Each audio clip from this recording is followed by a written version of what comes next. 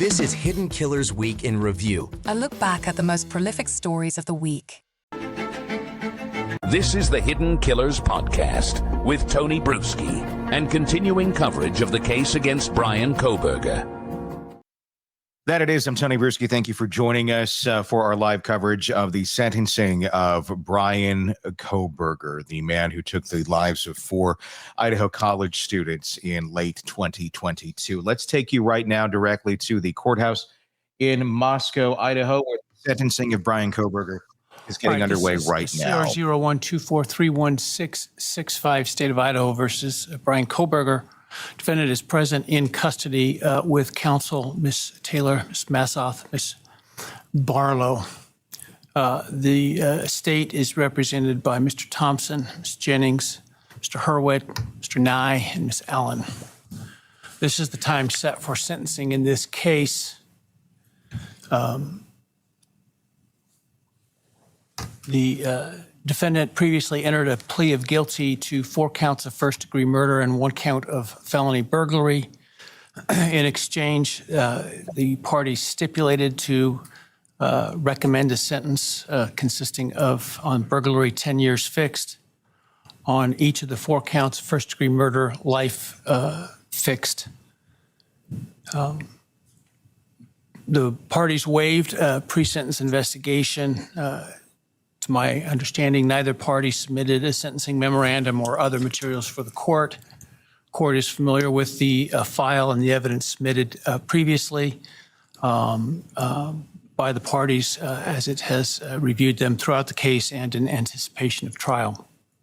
Is there any legal cause why sentence should not be imposed at this time? No, Your Honor.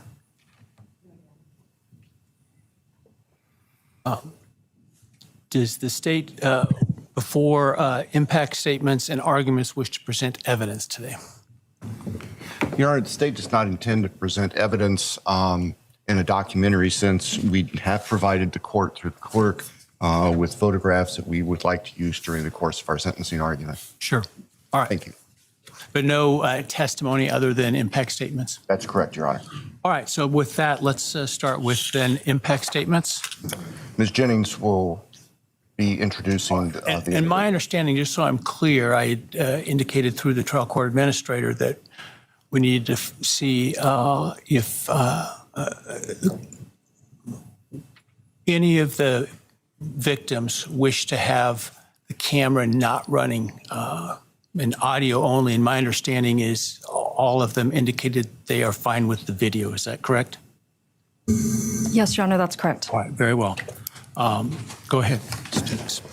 Your Honor, the first, and we're taking these in the order, victim impact statements in the order that the charges were listed in the indictment. The first charge being burglary. So we will have Bethany Funka's statement, and she has asked that her friend Emilia Lott read that statement. All right, any objection to that? All right, very well.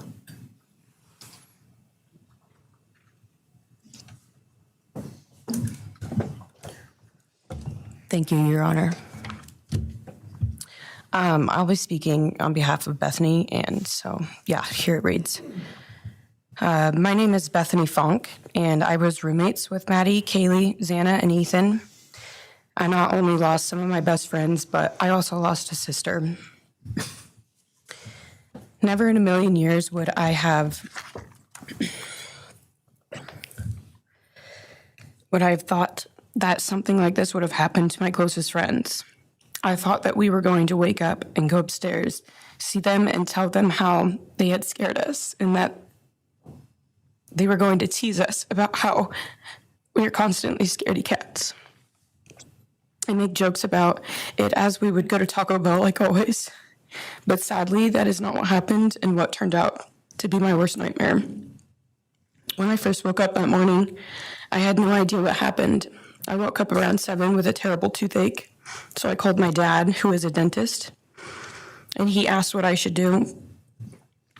He told me to take Advil, so I did, and I went back to sleep. I was still out of it and still didn't know what happened. If I had known, I of course would have called 911 right away. I still carry so much regret and guilt for not knowing what had happened and not calling right away, even though I understand it wouldn't have changed anything, not even if the paramedics had been right outside the door.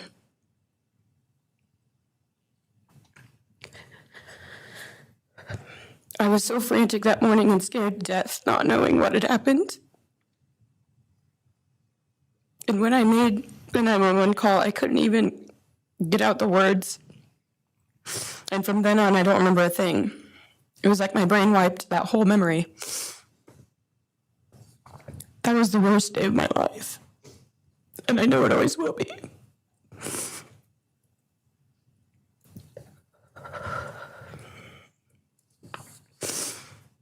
While I was still in shock, trying to process the fact that my friends were truly gone, I had been attacked by the public.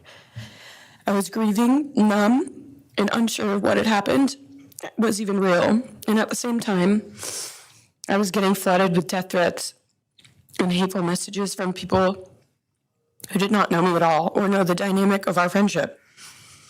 Social media made it so much worse, and strangers made up stories to entertain themselves.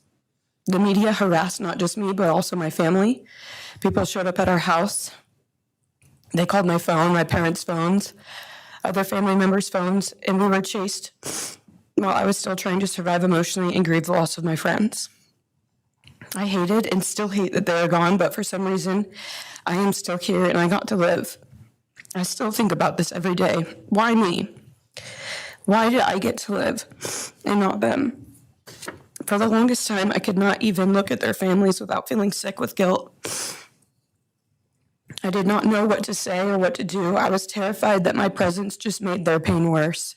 And I was still here when their kid, their siblings, and their friends, their loved ones should have been here instead.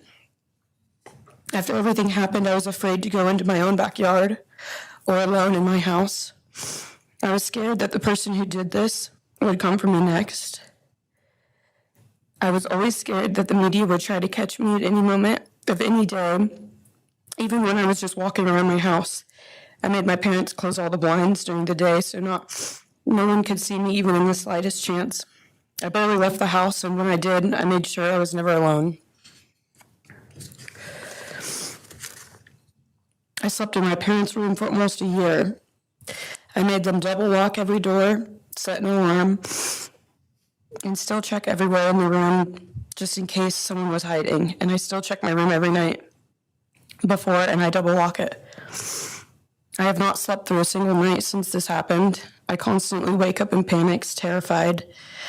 Someone is breaking in, or someone is here to hurt me, or I'm about to lose someone else that I love. The fear never really leaves. For a long time, I could barely get out of bed, but one day I realized I have to live for them. They did not get the chance to keep living, but I do, and I will not take that for granted. So now every day I remind myself to live for them, and everything I do it with them in mind. I am still scared to go out in public, but I force myself to do things because I know that they would want me to keep living my life to the fullest. I am beyond blessed to still be here, and I refuse to take that for granted when they did not get a chance. Our house was not just a house, it was a home. It was where we laughed till we couldn't breathe, make meals, did crafts, binge watch reality shows, played games, and spent lazy days on the couch. It was movie nights, wine nights, morning debriefs, pranks, hot chocolate, cookies, and warmth. I will cherish those memories forever, and I will not let what happened erase how special our home was or how much those memories meant to me. Now I would like to share some bits and pieces of who they were as people and some of the memories that we shared. One of my favorite memories was Halloween, and we all went to Sigma Chi. But instead of partying, we just sat in an apartment, talking and laughing all night long. I do not think I've ever laughed that hard in my life. We did not care about the party. We were just happy to be with each other. Xana was 1 in a million. She was the life of the party.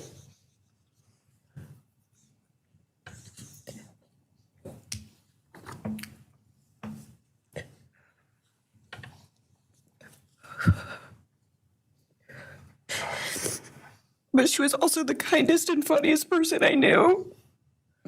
Everyone loved her because because she made everyone feel so loved. She was just someone you always wanted to be around, no matter the circumstance. One of my favorite days with Xana was when she laid on the couch. When we laid on the couch together all day watching movies and snacking. Or when she, Maddie, and I would go and get margaritas, chips, and salsa. She would also light up a room with her presence alone. Kaylee had the most beautiful, radiant smile. And she was so kind, but also one of the funniest people I've ever known. She loved playing little pranks. And she always had us laughing so hard that we could not breathe. She was so full of energy and life. I really believe that she could have ruled the world if she wanted to, and she would have been America's sweetheart. Ethan was the sweetest, most genuine guy. He was always smiling and always making other people smile too. Ethan was the kind of person you wanted around. He was so kind and easy to talk to, and just so fun. And the way he cared for Xana was truly something to admire. And really was proof that storybook love and true romances really do exist. It was not only obvious to me, but everyone that was around Ethan and Xana that they were absolute soulmates. Maddie was not only one of my best friends, but she was the older sister I would have always wanted. There was no one I looked up to or admired more than Maddie. She was truly a ray of sunshine, and everyone was drawn to her. She was so kind, loving, funny, fun, and passionate. She had the sweetest soul and wanted nothing but the best for everyone, and to love and show love to everyone. She took me under her wing and always made me feel so safe and included, and above all, loved and valued. She never failed to make me laugh or put a smile on my face. Still to this day, I am beyond grateful that she chose me to be her sorority little, and I thank God every day that I not only got to know her, but had her as one of my best friends. Honestly, I cannot pinpoint one favorite memory with Maddie because I have so many, and this would be a very long read if I did. But if some little memories with her that I cherish is when the two of us made a nice dinner and split some wine, or when we would binge watch Jersey Shore or Summer House. When we came up with a whole dance routine on Halloween and danced and sang all night, like no one was watching. All the late night walks home from going out, and just little shopping trips and so much more. I am beyond blessed that I had the chance to know each and every one of them. They changed my life in ways I would have never put into words. I hope that they are remembered for who they are and not what happened to them, because who they are were so beautiful, and they deserve to be remembered in the highest way. My heart breaks every time I go to text one of them or how badly I wish I could see and hang out with them. And then I remember I cannot. I will never be able to again. But I still talk to them in my prayers every single night, and I always will. I wish more than anything I could hug them one last time. And I wish I could tell them how much I love them. And even though I cannot, I still tell them every night. I will keep living for them as long as I am lucky enough to still be here. And they were all truly one of a kind. And they will be in our hearts forever and always. Thank you. And please convey to Bethany my appreciation for her courage, and I hope that she heals. Next is Dylan Mortensen. We're asking for some accommodations for Ms. Mortensen and that she be allowed to sit in my seat. Sure.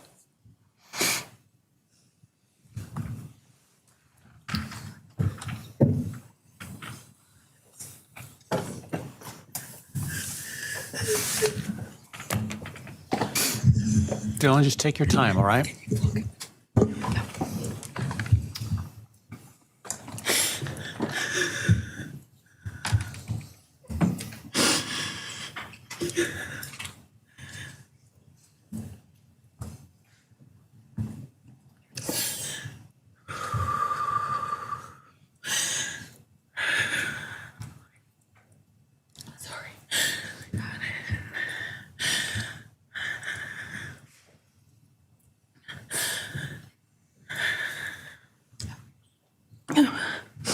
Thank you, Your Honor. What happened that night changed everything. Because of him, 4 beautiful, genuine, compassionate people were taken from this world for no reason.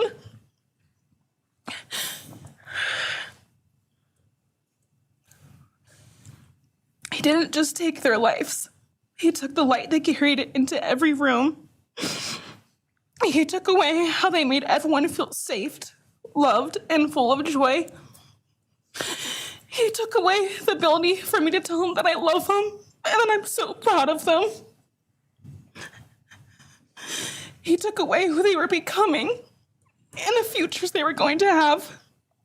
He took away birthdays, graduations, celebrations, and all the memories that we were supposed to make. All of it is gone. And all the people who loved them are just left to carry that weight forever. He didn't just take them from the world.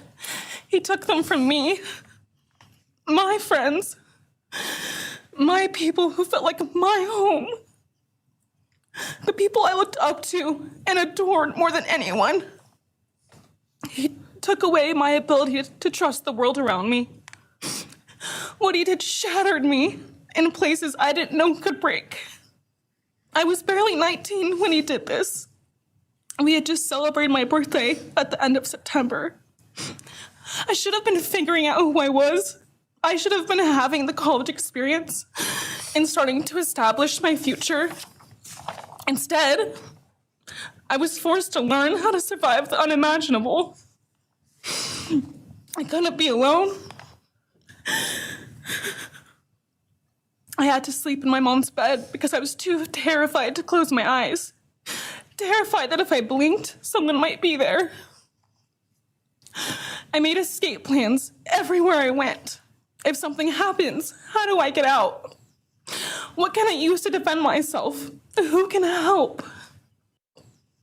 What can I use to defend myself? Who can help? Then there are the panic attacks. The kind that slam into me like a tsunami out of nowhere. I can't breathe. I can't think. I can't stop shaking.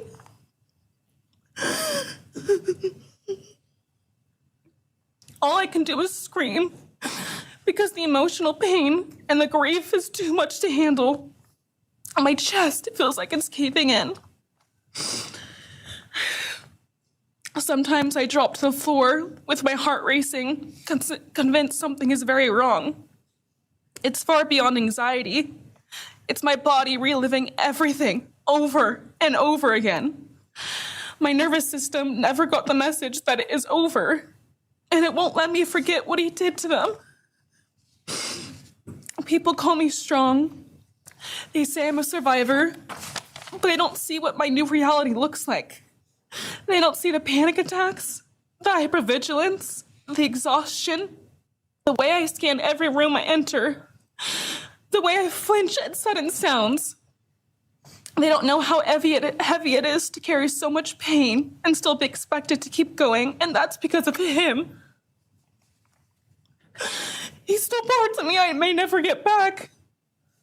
He took the version of me who didn't constantly ask, what if it happens again? What if next time I don't survive?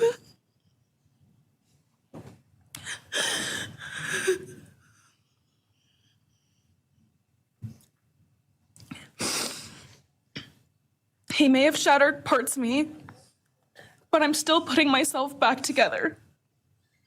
Piece by piece, I'm learning how to live in this new version of life. It is not easy. It hurts, but I'm still trying. Still trying, and I'm not trying just for me. I'm trying for them, my friends. About a year ago, I had a dream about them. I got to say goodbye. I told them I won't be able to see you again, so I need to tell you goodbye. They all kept asking why, and all I could say was, I can't tell you, but I have to. When I woke up, I felt shattered and heartbroken. but also strangely grateful. Like maybe in some way that dream gave us the goodbye we never got. Still, no dream can replace them, and no goodbye will ever feel finished. He is a hollow vessel, something less than human. A body without empathy, without remorse. He chose destruction. He chose evil. He feels nothing. He tried to take everything from me. My friends, my safety, my identity, my future. He took their lives, but I will continue trying to be like them, to make them proud. Living is how I honor them. Speaking today is to help me find some sort of justice for them. And I will never let him take that from me. He may have taken so much from me, but he will never get to take my voice. He will never take the memories I had with them. He will never erase the love we shared, the laughs we had, or the way they made me feel seen and whole. Those things are mine. They are sacred, and he will never touch them. I get to feel sadness. I get to feel rage. I get to feel joy even when it's hard. I get to feel love even when it hurts. I get to live. And while I will still live with this pain, at least I get to live my life. He will stay here, empty, forgotten, and powerless. Dylan, thank you so much for your courage. I appreciate it.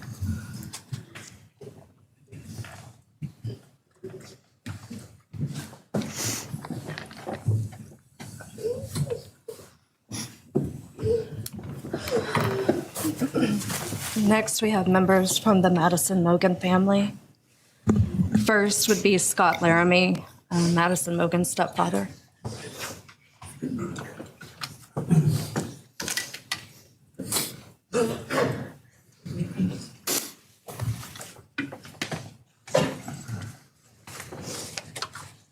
And standing by him is Karen Laramie, Jason's mother. Thank you, Your Honor. My name is Scott Laramie. I'm Maddie Mogan's stepfather and the husband of Maddie's mother, Karen Laramie. I will read this victim impact statement on behalf of Karen and myself. Maddie was our gift of life, our purpose, and our hope. Maddie quickly became Karen's joy, identity, and purpose in life. I joined Maddie's life when she was 2.5 years old. The experience transformed me into a life of joy, love, and family. Maddie was bright, beautiful, kind, empathic. She listened carefully to others and was observant, seeing and caring about the hearts and the minds of all she encountered. She loved music and music festivals. She had a wonderful sense of humor. She excelled in school. She was an easy child to raise, almost never requiring discipline, and almost always giving us parental joy. One time Karen remembers disciplining Maddie as a little girl. Maddie responded, "You broke my heart," which of course melted ours. She had a keen wit, even at that young age. As she transitioned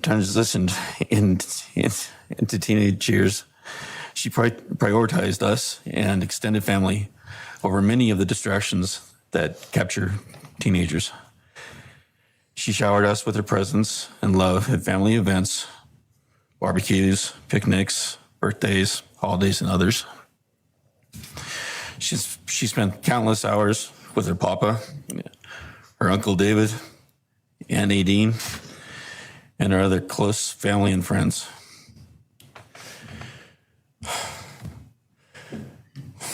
This world was a better place with her in it. As she reached adulthood, Maddie applied her studies to be a marketing professional entering into an internship at Payne West, and started planning her professional future. As with all things, she involved Karen and myself in the joy of her journey. As she transitioned into womanhood, Karen and I continued to be astounded at this wonderful and accomplished person we had created. All parents dream of their children accomplishing more than them. We realized this dream, all we had not become, she was becoming. Karen and I are ordinary people, but we lived extraordinary lives because we had Maddie. Maddie was taken senselessly and brutally in a sudden act of evil. She was taken along with the young, promising, and bright lives of Kaylee, Xana, and Ethan.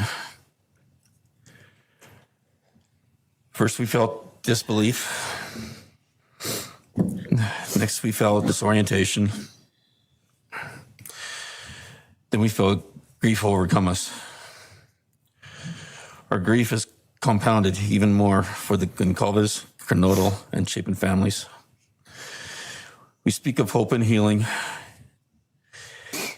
and we do have hope and some healing. But the vast emotional wound will never fully heal.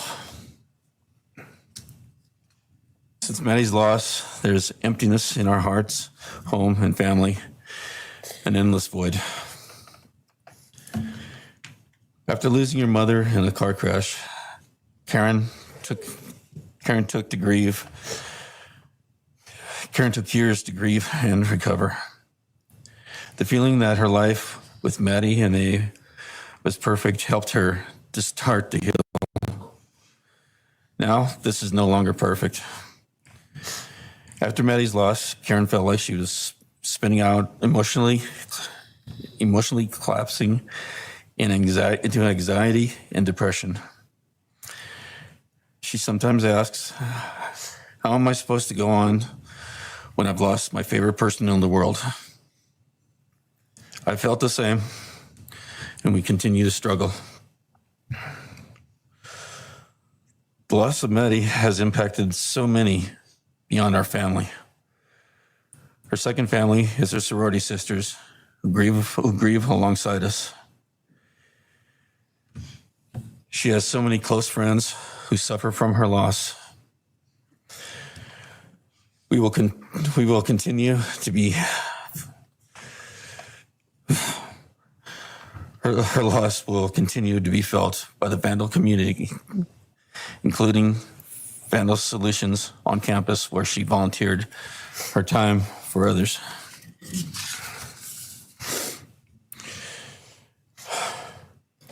It helps us to know Maddie is in heaven now, freed from the trials of this earth. We, however, continue to live on without the grace and support of her presence.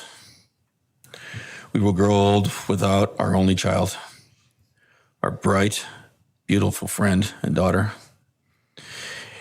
In the end, there are no words that can accurately capture the devastation of losing Maddie. We will endure, and we will go on. For Maddie, we will not let our grief consume us. For Maddie, we will continue to love and care for our family and friends, including the families of Kaylee, Xana, and Ethan. We will remain united with them. We can only hope that others out there suffering similar losses can look to us and see that we can overcome hatred, darkness, and evil. We know the law allows us to comment on the defendant and his sentence. As for his sentence, we support the plea agreement. Society needs to be protected against this evil. As for the defendant, we will not waste words, nor will we fall into hatred and bitterness. Evil has many faces, and we now know this, but evil does not deserve our time and attention. We are done being victims. We are taking back our lives. We will turn our time, talents, and attention to hope, healing, and helping others and to the future. We invite all those who have suffered with us on this to join us in our journey. We can make this world a better place. We can move on from tragedy. Adversity will visit us. Evil will visit us, but we will overcome. We can and will endure.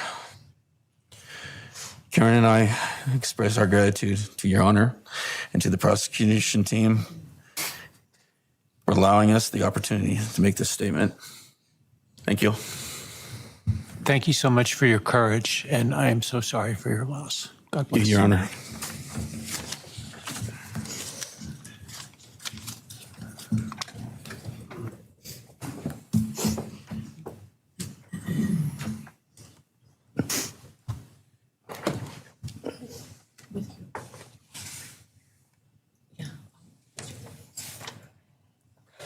Your Honor, this is Leander James. He's the attorney for the Mogan family and victim advocate. He'll be reading a statement for Karen Laramie. May it please the court, counsel. My name is Leander James. I am the pro bono counsel for Karen and Scott Laramie. Karen has asked me to read this statement into the record. I thank my husband, Scott, for his statement, his courage, and his unending love and support during this dark time. While words are inadequate to capture the impact of this horrific crime on our family, he expressed it as best anyone could. For Maddie's sake, I will add my supplement statement that incorporates additional impact in the context of my extended family. I am grateful to Maddie's great uncle, Bryan Kohberger, for assisting me with the difficult task of putting our pain into words. For me and my extended family, Maddie was our hope and our light. Her beauty, both outside and in, shone its light upon everyone with whom she came in contact. Her beauty, she carried that hope and light into the future for our entire family. We have memories of our Maddie and grief and pain at her being taken from our presence. Any one of us would have given our own light to have been outshone by hers. We now look to our Creator to know that her light continues where we look to see her in His presence.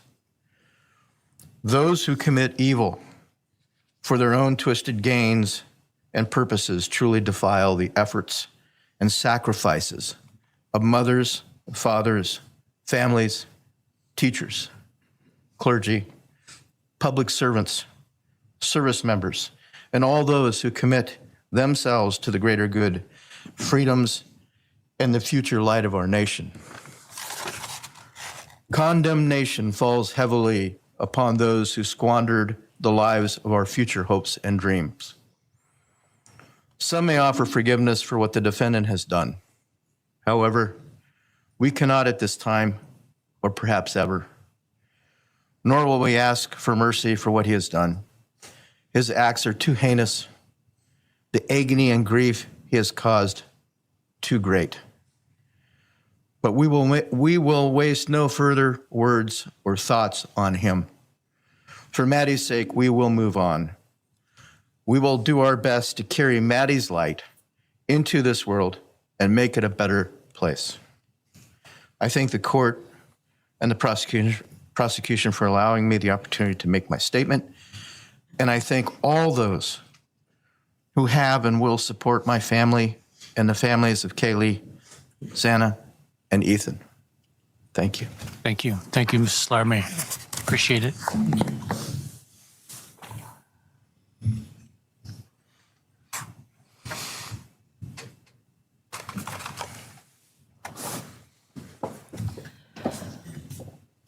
Next is Ben Mogan, the father of Maddie Mogan. Yes, of course. Actually, Your Honor, it'll be Kim Cheeley, the grandmother of Maddie Mogen.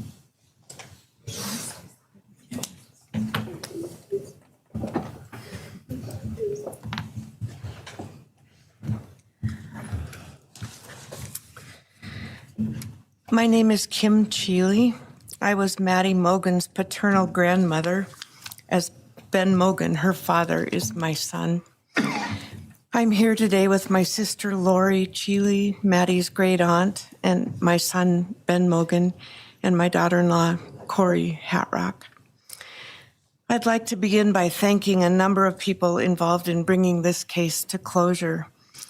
In my daughter's words, the plea deal the prosecution team reached this month is one that punishes the perpetrator of this horrendous crime, protects the public from further harm, and allows all of us who knew and loved these kids the time to grieve without the anxiety of the long and gruesome trial, the years of appeals, and potential for mistrials along the way. My family and I are so grateful to Bill Thompson and his prosecution team for their dedication and painstaking work that forced the perpetrator to admit his guilt.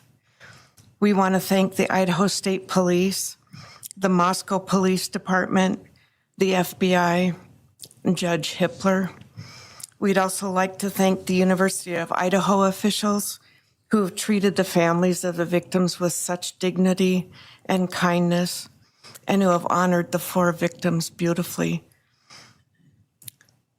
Maddie was my first grandchild, so when she was born, all her grandparents had the distinct pleasure of deciding what we'd like to be called. I chose Nana, pretty original. But when Maddie was about a year and a half old, her papa, Ben's dad, and I were planning to visit the new little family in Oregon. Maddie didn't have an extensive vocabulary at the time, but for some unknown reason, she called bananas ba-deedle-deedles. When Karen and Ben told her Nana was coming to visit, she figured, I say deedle-deedle for that word. So I became deedle-deedle, shortened to Deedle when she was about 6 or 7, and I was Deedle all her life. I don't think her stepdad, Scotty, ever knew my given name was Kim. Maddie's and my birthdays were one day apart, and a couple years before she was killed, she gave me this necklace with Deedle and Maddie engraved on it, and I added an angel wing, and it's one of my treasured possessions. I also got an angel wing tattoo, never thought I'd see the day, but along with many members of our family, replicating the one that Maddie and her sorority sisters had. I wanted mine where I could see and touch it often. From preschool through grade school, I stopped teaching piano lessons early on Wednesdays and picked Maddie up for bubble baths, brownies, and books. It was our special time together. And she went home those nights in her jammies with a pan of warm brownies for her family. Although Karen and Scotty raised Maddie and did such a lovely job of parenting, we Mogans were lucky to have her for holidays and many other family gatherings. We'll always have our treasured memories of Maddie growing up in our big, extended, cooperative family. And I thank Karen and Scotty Laramie for being so generous and open and sharing Maddie with her Mogen side of the family. When the 4 kids were murdered, the foundation fell out of our world. Initially, the fear was truly debilitating. The first 6 weeks were excruciating. Despite the vigils, memorials, candlelight gatherings of students, friends, family, community members. After the arrest, in the past 2.5 years, my family has lived with grief, with the effects of traumatic grief, of which I was blissfully unaware before all of this. I now have a stack of books on grief. I've attended grief classes at hospice. I've tried EMDR, a technique that helps replace disturbing visions with something more comforting.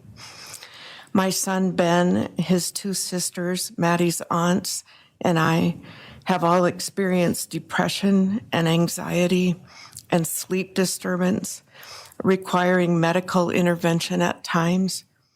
We've all sought counseling off and on. The struggle with media attention was extremely difficult, especially for Ben. No one should live through the violent murder of one's child. Some days it's beyond me how the parents of these kids are still upright. I'm thankful for the strong families and communities that are supporting the survivors. At the time, I could think of only two blessings surrounding the horrific murders. One was that Ben was living with my partner Tom and me at the time, and that we could support each other emotionally through it all. Sadly, Tom died a year ago of a rare brain cancer, and he won't be here to see justice served. He was our family's rock, and we all miss him every day. A second blessing is that my mother died of COVID several months before the kids were killed, and she didn't have to live through the horror.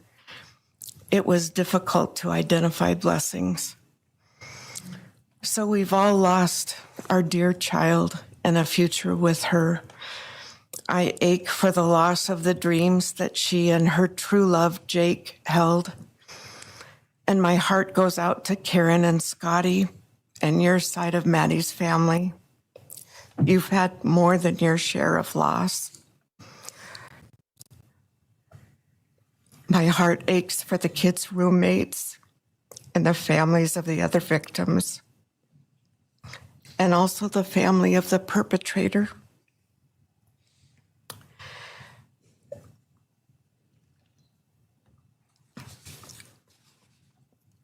Going forward, we Mogans are choosing to put our energy and focus into honoring Maddie's too short life and sweet spirit by celebrating Maddie May Day, which my two daughters established.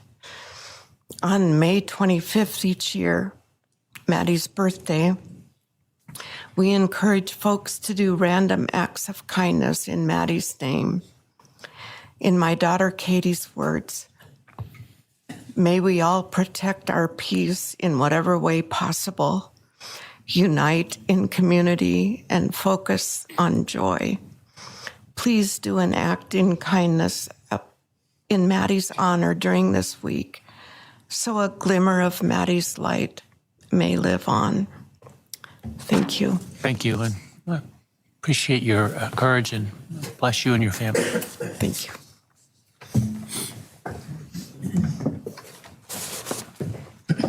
Now is Ben Mogan, Maddie Mogan's father.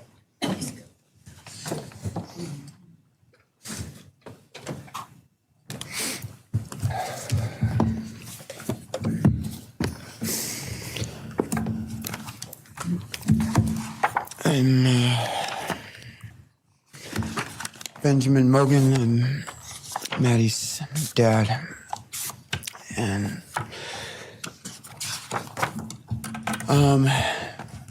first I just want to say thanks to all the people that helped bring this all to a close. I know it's not the resolution that everyone, wanted, but I think that that everyone worked so hard, and we really appreciate all their efforts. It was such a hard thing to go through for everybody.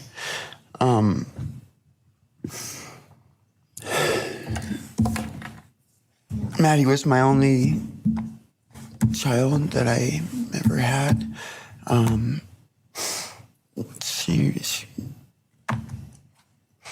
She's the only great thing I ever really did, and the only thing I was really ever proud of. And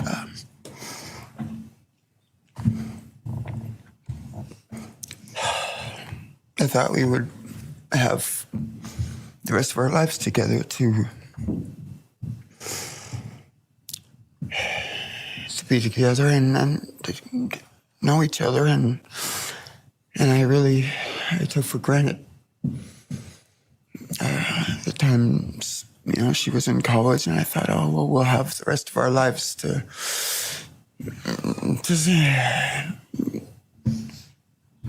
do all the stuff that we're supposed to do, and she was just about done. She actually earned all of her credits for her college degree, and Karen and Scotty and I got to go and get her diploma that she actually earned, and she deserved every bit of that. And but I thought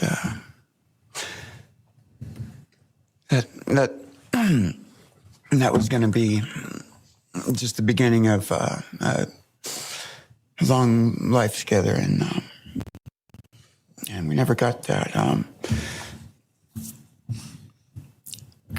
Karen and Scotty did such a great job raising her after Karen and I split up, and I'm so thankful for Scotty and the role that he played in her life when I wasn't able to. But we got to spend a lot of great times together, Maddie and I. She was my favorite person to go to a concert with. We got to see some fun shows together, and I told her, if there's ever a show that you want to go to, you let me know, and I'll get you tickets for you and your friend, or if we want to go together, we'll make it happen. And my favorite memory with her was when the Mac Miller show sold out here in Spokane, and everyone wanted tickets, no one could get them, and on the last day before the show, they did a radio thing, and I got 4 meet and greet tickets for Maddie and her friends and me to go and see the show, and that was her favorite artist at the time, was Mac Miller, and he's gone now too, and my little cousin Zach drove us all there that night, and he's gone too, tragically, and anyway, the last thing that she ever wrote to me was this Father's Day card, and I'm so glad I still have it. I'm just going to read what she said. It says, "Happy Father's Day. I hope you have the best day. I can't wait till we can hang out again soon. I'll be in Coeur d'Alene, 624 to 74. Hopefully we can find a time then. I love your birthday card that you sent me, by the way. Maybe we can see a concert sometime soon. I'd love to see the gorge when it's not so smoky out. I hope you're doing well. I'm proud of how far you've come. Thank you for always encouraging me to do my best. Love you lots and lots. Love, Maddie May." She did encourage me to not just to do my best, but to live on. I went through a lot of issues with addiction and with substance abuse, and when I wasn't wanting to live anymore, she was what would keep me from just not caring anymore, and knowing that she was out there and that she was just such a beautiful person kept me alive a lot of rough moments, and I'm so glad that she was able to meet Jake. He was the only one that I actually ever got to take her to the gorge. They went and saw Watershed together, and they had a heck of a time. I'm glad she got to. That's a really special place for me, and she always wanted to work out there with me in the summer sometime. She never got to, but at least she got to see it once with Jake. He was such a great guy. He is such a great guy. And I really wanted to see what a future with them would have looked like. I'll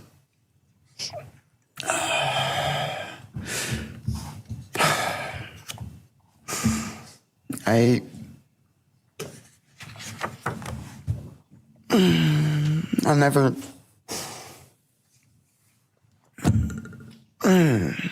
I'll never be able to replace her. I wrote a bunch of stuff. I just don't know what to say right now. It's that I just miss her so much, and I just love her more than anything. And this shouldn't have happened. And a death sentence is one thing. You know when it's going to happen, and it's going to be all gentle and stuff. But life without parole, with a building full of people that all just want you to not be around anymore, and winking at every morning, not knowing if that's the day they're going to pull your card. I mean, it's not a very nice sentence either. So, I don't know. I just love you, Maddie, and I wish you were still here. Thank you so much.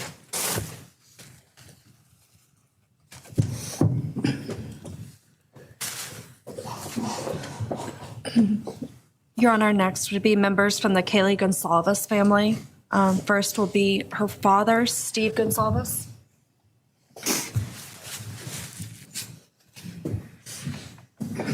This is going to be something. Yeah. Steve visibly moving the podium right now to face Bryan Kohberger. Today, we are here to finish what you started. Today, you've lost control.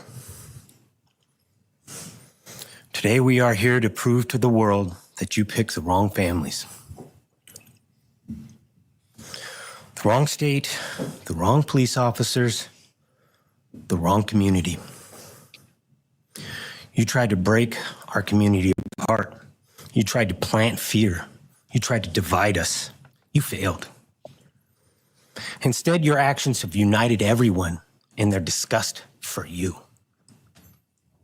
I just learned from these lead investigators, to their shock, they worked in an investigation and actually worked with Pennsylvania police officers and the federal FBI.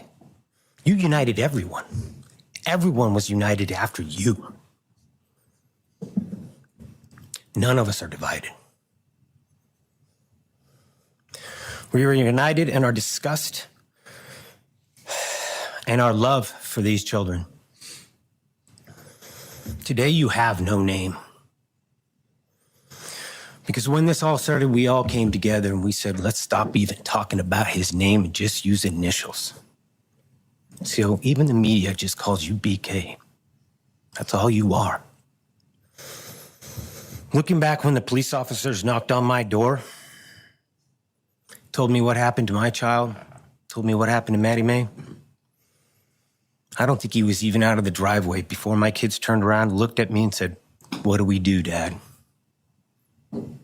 I told them, you get to work. You get your ass to work. And we started calling, we started texting, we started emailing. And you know what? Within hours, we had your white car on the camera. We knew from the very beginning we had you. Police officers tell us within minutes, they had your DNA, like a calling card. You were that careless, that foolish, that stupid. Master degree, you're a joke, complete joke. But we took this disaster and we did what we could.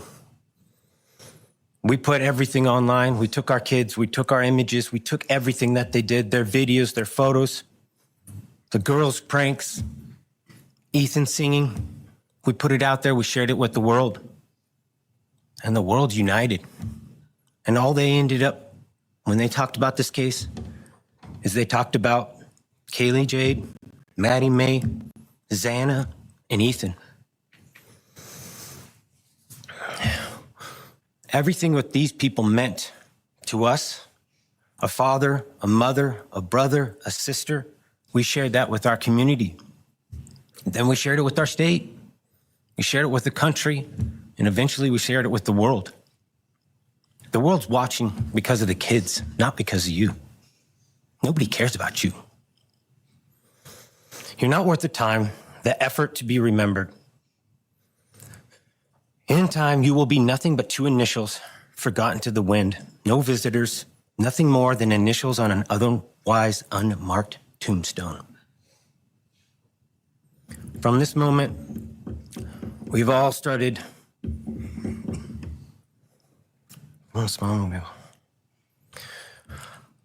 From this moment, we will forget you. We want to all leave in closing. One last thing. You picked the wrong family, and we're laughing at you on your trip to the pen. That will be today or tomorrow. I'll close with, God bless all the men and women that worked on this case and all the hard work that you guys did. You guys allowed us to grieve and allowed us to get through this.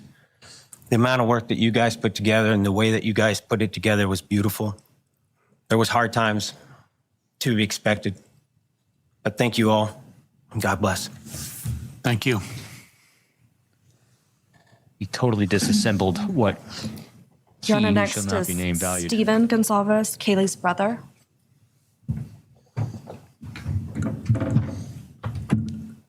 Steven's actually going to pass. I'm going to go. Okay.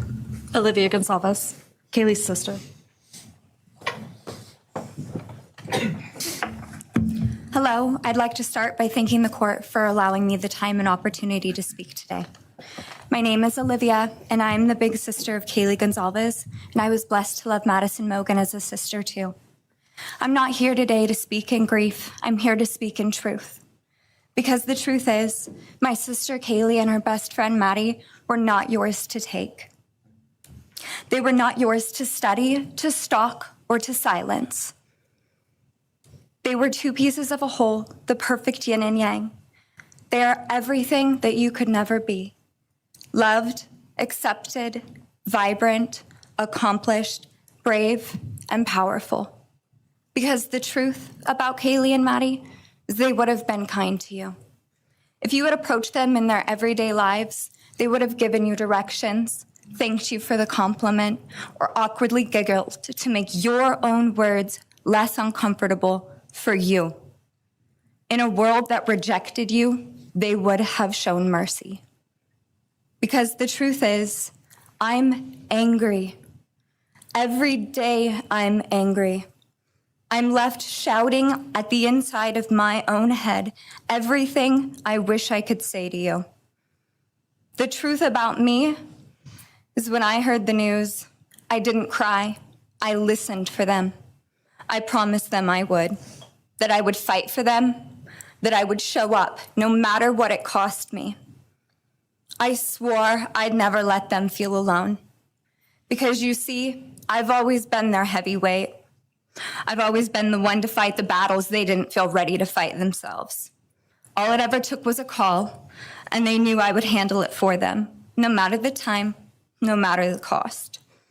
They could wave their white flag because they knew I would never back down, not for them, and not even death could change that. Somewhere along the line, I started to think about what I would say to them if I was given just one last chance. If I could gather enough heartbreak or love or sacrifice or whatever it took to get just one message across, what would I say? Throughout this entire process, I've written my feelings down at every moment, my wishes, my love, my denial, my anger. And as one final act of love, I'd planned to read these thoughts, even jarring and discombobulating and not even making sense. Because for me, that was true love. As bare and as naked as it could be, not laced in pretty words or dressed for the occasion, but written through bleary eyes at 2 a.m. with clenched fists, angry at this reality. My true final act of love was to continue on without them, for them. That dream to read aloud my love to them, to bring meaning through pain, was the latest blow in realizing you don't deserve it. And Kaylee and Maddie don't need it. Kaylee and Maddie have always known my love, and they would never ask me to prove it by further victimizing myself to a defendant who has shown no guilt, no remorse, no apprehension. They would say to me, "Why would you give the satisfaction of showing vulnerability now? You promised you would never back down." And for that clarity, I'm thankful. I won't stand here and give you what you want. I won't offer you tears. I won't offer you trembling. Disappointments like you thrive on pain, on fear, and on the illusion of power. And I won't feed your beast. Instead, I will call you what you are: sociopath, psychopath, murderer. I will ask the questions that reverberate violently in my own head, so loudly that I can't think straight most any day. Some of these might be familiar, so sit up straight when I talk to you. How was your life right before you murdered my sisters? Did you prepare for the crime before leaving your apartment? Please detail what you were thinking and feeling at this time. Why did you choose my sisters? Before making your move, did you approach my sisters? Detail what you were thinking and feeling. Before leaving their home, is there anything else you did? How does it feel to know the only thing you failed more miserably at than being a murderer is trying to be a rapper? Did you recently start shaving or manually pulling out your eyebrows? Why November 13th? Did you truly think your Amazon purchase was untraceable because you used a gift card? How do you find it enjoyable to stargaze with such a severe case of visual snow? Where is the murder weapon? The clothes you wore that night? What did you bring into the house with you? What was the second weapon you used on Kaylee? What were Kaylee's last words? Please describe in detail the level of anxiety you must have felt when you heard the Bearcat pull up to your family home on December 30th, 2022. Which do you regret more? Returning to the crime scene 5 hours later, or never, ever going back to Moscow, not even once, after stalking them there for months? If you were really smart, do you think you'd be here right now? What's it like needing this much attention just to feel real? You're terrified of being ordinary, aren't you? Do you feel anything at all? Or are you exactly what you always feared? Nothing. If you're so powerful, then why are you still hiding, defendant? You see, I'm here today as me. But who are you? Let's try to take off your mask and see. You didn't create devastation. You revealed it in yourself. And that darkness you carry, that emptiness, you'll sit with it long after this is over. That is your sentence. And it was written on the wall long before you ever pled guilty. You didn't win. You just exposed yourself as the coward you are. You're a delusional, pathetic, hypochondriac loser who thought you were so much smarter than everybody else. Constantly scolding, turning your nose up to grammar mistakes, nitpicking and criticizing others. You wanted so badly to be different, to be special, to be better, to be deep, to be mysterious. You found yourself thinking you were better than everyone else, and you thought you could figure out the human psyche and see through it, all while tweaked out on heroin. Lurking in the shadows made you feel powerful because no one ever paid you any attention in the light. You thought you were exceptional, all because of a grade on a paper. You thought you were elite because your online IQ test from 2010 told you so. All of that effort just to seem important. It's desperate. There is a name for your condition, though. Your inflated ego just didn't allow you to see it. Wannabe. You act like no one could ever understand your mind, but the truth is you're basic. You're a textbook case of insecurity disguised as control. Your patterns are predictable. Your motives are shallow. You are not profound. You're pathetic. You aren't special or deep, not mysterious or exceptional. Don't ever get it twisted again. No one is scared of you today. No one is intimidated by you. No one is impressed by you. No one thinks that you are important. You orchestrated this like you thought you were God. Now look at you, begging a courtroom for scraps. You spent months preparing, and still all it took was my sister in a sheath. You work so hard to seem dangerous, but real control doesn't have to prove itself. The truth is, the scariest part about you is how painfully average you turned out to be. The truth is, you're as dumb as they come. Stupid, clumsy, slow, sloppy, weak, dirty. Let me be very clear. Don't ever try to convince yourself you mattered just because someone finally said your name out loud. I see through you. You want the truth? Here's the one you'll hate the most. If you hadn't attacked them in their sleep, in the middle of the night, like a pedophile, Kaylee would have kicked your fucking ass. Thank you. Thank you. Eviscerated. Very nice. And she gets a... Hire her. Everyone should hire that woman. I've never heard anybody clap in the courtroom like that before.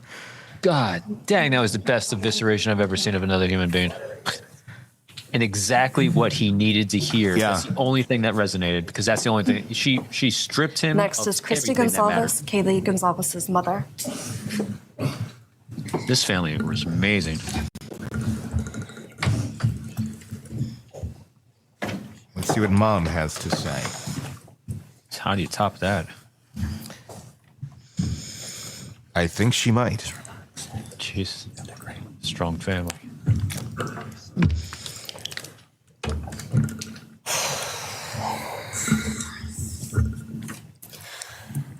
Thank you, Your Honor.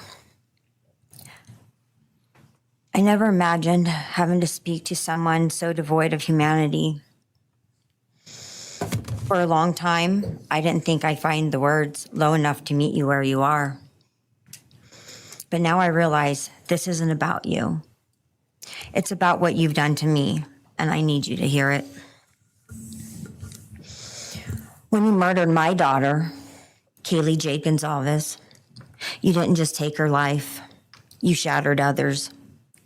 You attacked what you could never be, and in doing so, you left a trail of devastation far beyond that house. You stole my peace. You've altered my every waking moment, every sleepless night, the way I view the world, people, safety, trust. It's all been changed by your cruelty. I no longer recognize parts of myself. Joy is harder to find. Laughter feels foreign. The world moves forward, but I'm suspended in a place of sorrow and rage. You've taken from me something that can never be restored. The grief sits with me every day, some days quietly, and other days so loud it drowns out everything else. The emotional toll you've inflicted on me is immeasurable. I live with a constant ache, with birthdays that are now memorials, with holidays that feel hollow, with empty chairs that scream louder than words ever could. I am forever changed. But for you, as a person working on a PhD in criminal justice, you really didn't think this one through. You're not that good. In fact, you're not that good at anything. You couldn't secure a job. You couldn't get along with others. You couldn't even get a female to look in your direction. All because you are pathetic. Now you're a joke in this courtroom. I wish I could crown you with a jester hat to complete your orange jumpsuit clown look. A dead killer doesn't kill again. So while I'm disappointed the firing squad won't get to take their shots at you, I'm confident that the men in prison will. have their way with you in more ways than one. You will finally get what you wanted, physical touch. Just probably not how you were expecting. See, you haven't beat the system. You've simply entered a new one, where the rules are cruel and the consequences will never end.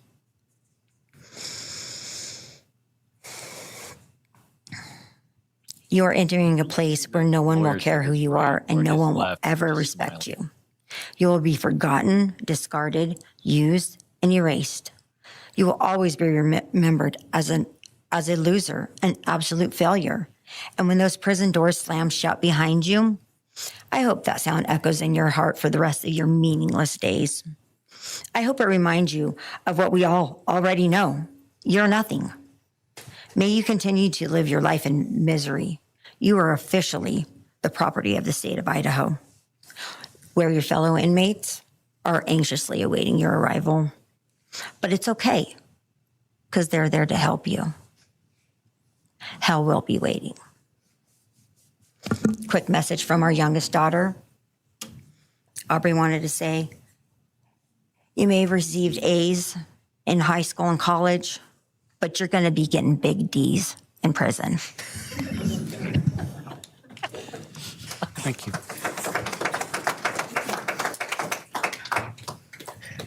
This family. Oh my God. I wasn't expecting a comedy show today. Oh my God. Do we they're have more powerful. from the Gonzalez family, or are you? Yes. Next would be Shannon Gray, the Gonzalez family attorney. He'll be reading statements from Kaylee Gonzalez's grandmothers. Oh, see where it's all coming from. Grandma, That's Shannon Gray, the attorney for the Gonzalez family. I actually have 3 statements, one from her aunt and 2 from her grandparents. This is from her aunt, Tammy Butts. You in the cloak of darkness made a decision to turn our whole family's world upside down forever. You in the cloak of darkness took our Kaylee J. Gonzalez away from us all without hesitation. Never have you shown any remorse or regret. We just get creepy, non-expressive stares as you have your team of women defend you.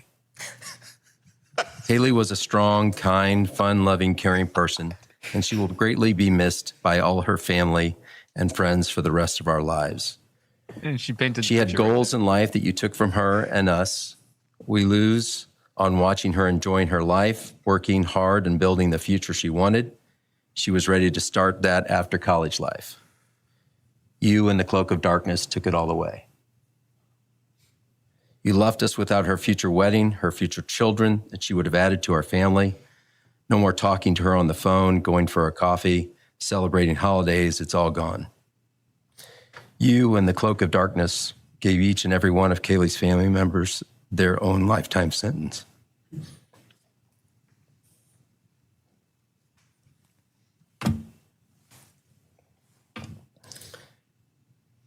You in the cloak of darkness also took our Maddie Mae from all of us. She was so genuine, caring, polite. She was part of our family. You came in, harmed our children that were younger women than you in their own beds. You're nothing, you're a coward. It's not right that you have received life. I pray that you meet your end in the cloak of darkness, burn in hell. I have 2 other statements, Your Honor.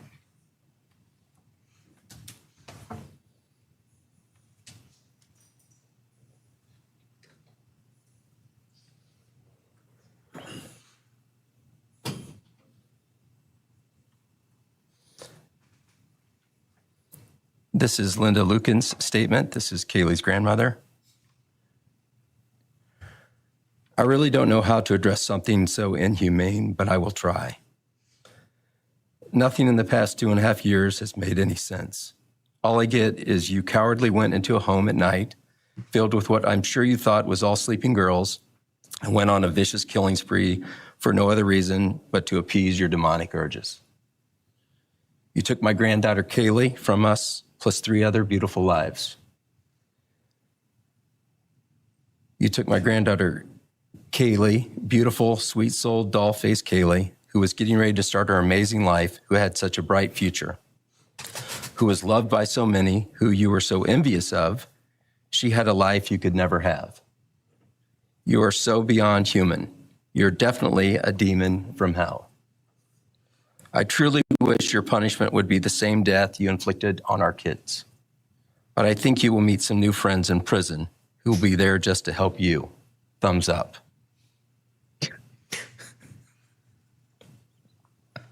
It's an ongoing theme here. Just a family. And I have one last statement, Your Honor. This is from Cheryl Gonzalez, Kaylee's other grandmother. John 1:5 says, light shines in the darkness, and the darkness overcomes it not. Somewhere in your life, some jealousy, envy, ego, something went dark. It pushed out all light until you became dark and evil. And when you saw my granddaughter and her friends, their light, because they have such a light, you couldn't stand it. Because the darkness in you could not stand the light in them. And so you decided to destroy it. Cowardly, you walked into their rooms in the dark and took their lives, hoping to get rid of your darkness. But you didn't. You failed. Because you know what was once a light shown only to their friends, families, and loved ones is now all over the world. Everyone sees it. Their smile, their beauty, their plans, everything they were and had.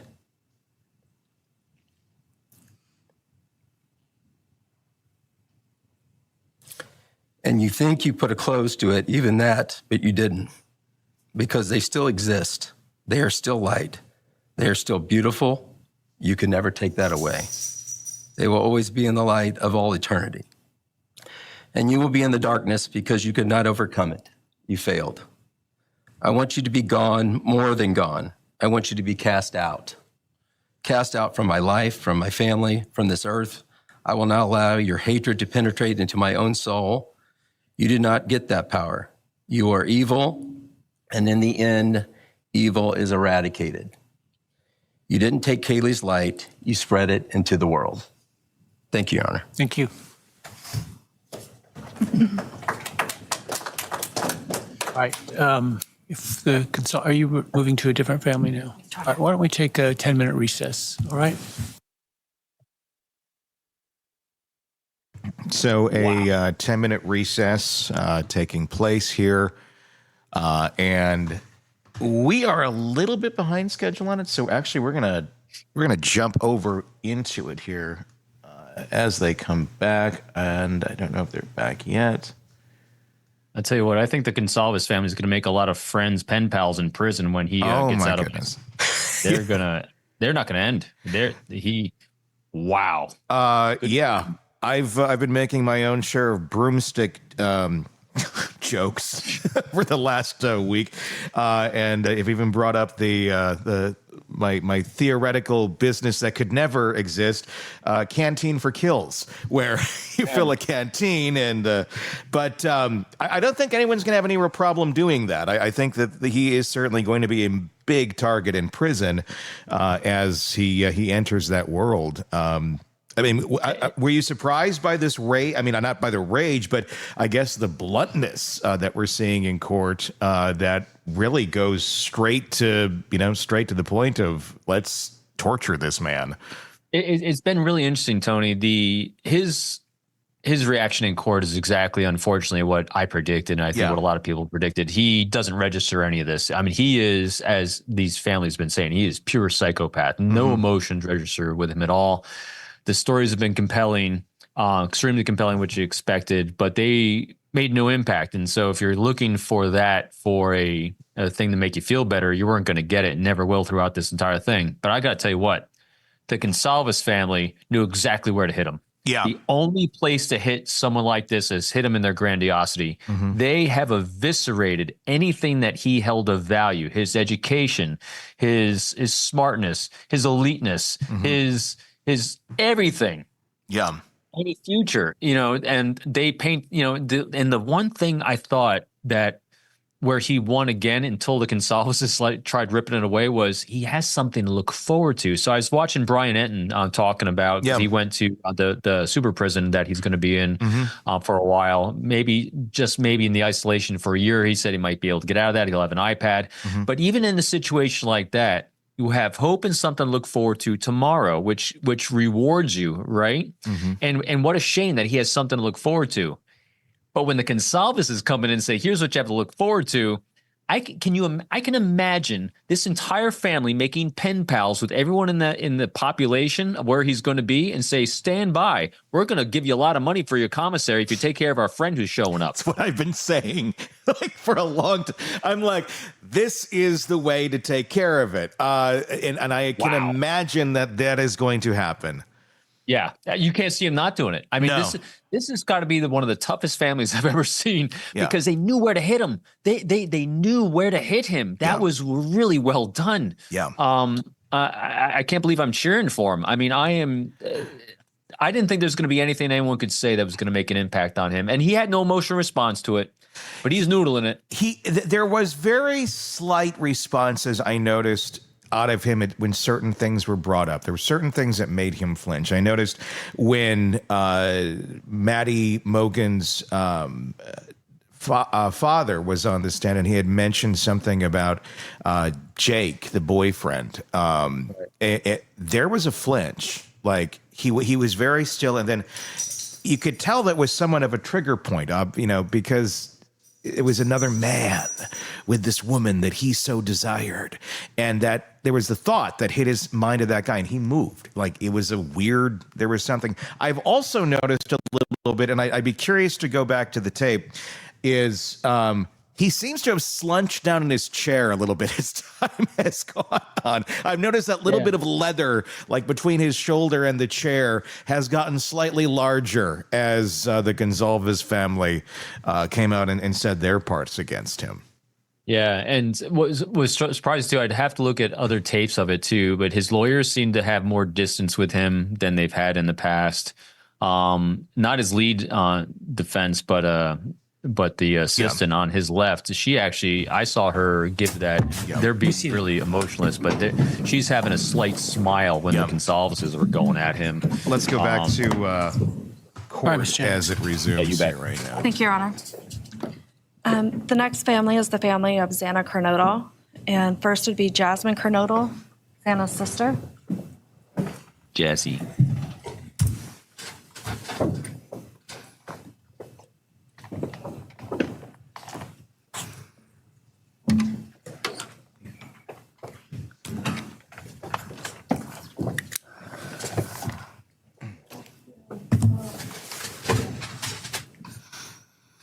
Thank you to everyone who's been involved in this, and just for all the hard work and dedication you guys have put into this. I also want to thank everyone for the support and just my family and friends who've been around through this time.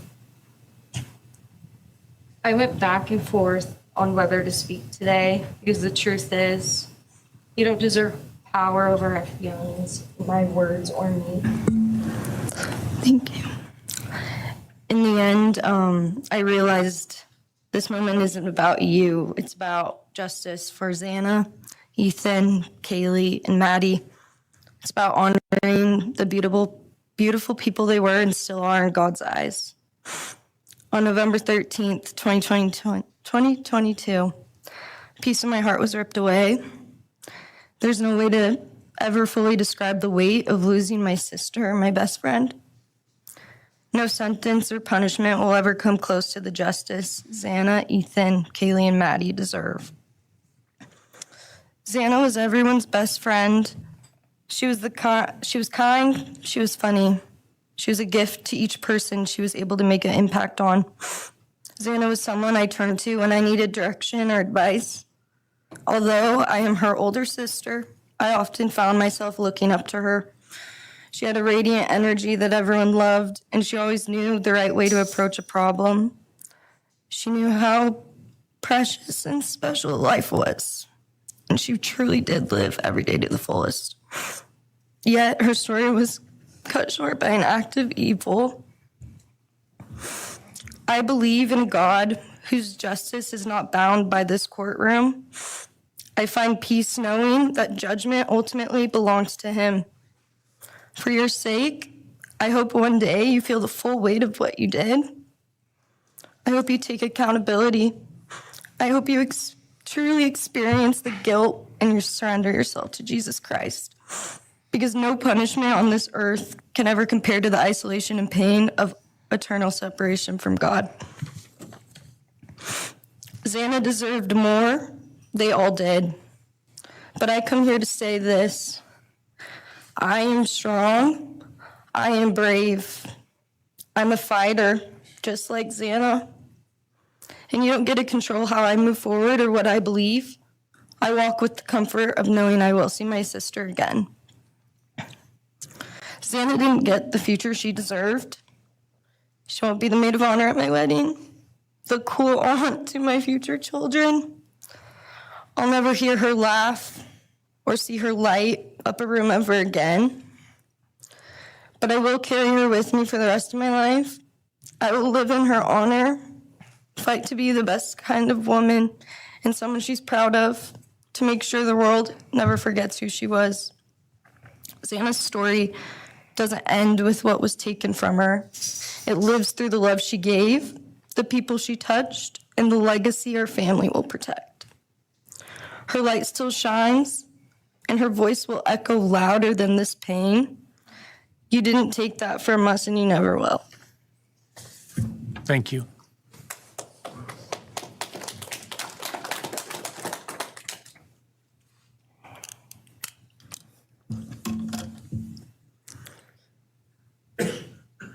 I just want to say before I start, I'm Xana's dad, Jeff Kernodle. It's been a hard road down, because she's gone. And I want to thank everybody, other their families that's speaking so far, spoke about things. I agree with everything they have to say. It all comes back to a lot of the same things that I've had to deal with and we as a family have had to deal with. And that brings me, a basis of what I'm talking about a little bit is on my way up here, flying up here in the plane and about halfway through the flight, this little girl calling out for her dad. Hey, dad. And then in my mind, I was kind of half asleep. It's dark on the plane. I heard Xana calling out for me like she did, back when she was little, 5 years old. And those times were hard. It was chaotic, but we always had something to work toward that was in a positive direction compared to right now, which is necessarily not as positive as that for sure. And I know I miss Xana a lot. My life's been changed, and Xana had a great impact on me. And the impact was when she was gone, I realized how important she was and what she really did for me, influenced me, was way beyond what I ever thought. She'd call me up on the weekends, check on me, see who's with me. She's like accountability to your youngest daughter. And that really made a big difference. It made me really think about things and what it's all about, That's the things that I miss the most is those calls on the weekends, the calls at 11 at night. What's going on? You want to meet my friend? Whoever she's with, a couple of her friends, I can meet them, talk to them. And she always did that. And it's pretty cool. Pretty cool. I really miss that. And she made a big impact on me, on other people, her family. But the impact that she made is so extensive on what happened here. And it goes so far. People from everywhere in the world, are following things. And Xana has made a difference in their lives. So, countless people told me that. They might not even know her. They never knew anything about her. It's what they see. And they just love her and say how they wish she could have been their friend. could have been their friend, could hung out, and it's like this is a blessing, you know. This is the whole kid was, and definitely was a big blessing in my life, and so is Jasmine, and basically, you know, we worked hard to do the things we did, that, you know, through the times they were growing up, and through those times, I realized that I wanted both of them to graduate college, and that'd be the ultimate thing for them to do to prepare for the world. Then it came back to me. Xana didn't get to finish college. He had it all figured out, and this all just came back to me when I was there, and that little girl was on the plane doing that. It's like where I was going, what I was going here for. And then I just realized and thought to myself about the wonderful life that she had and we had together. And we, you know, I still get to have with Jasmine, but that's the part that really counted. It's the part that really counted, is those memories. And those are what I have left, the memories with her and the ones I can make with her and the life that I can go on with now, which is what she wants. And I say that in present tense because that's what she wants, because I've been told that, you know. I've had countless ways that she's out there and has a way to communicate, which I'm very grateful for.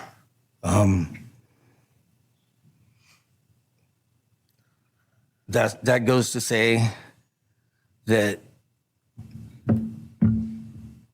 the impact of what happened to them, all 4 kids, goes so much further than just not me, the parents, the families, the community.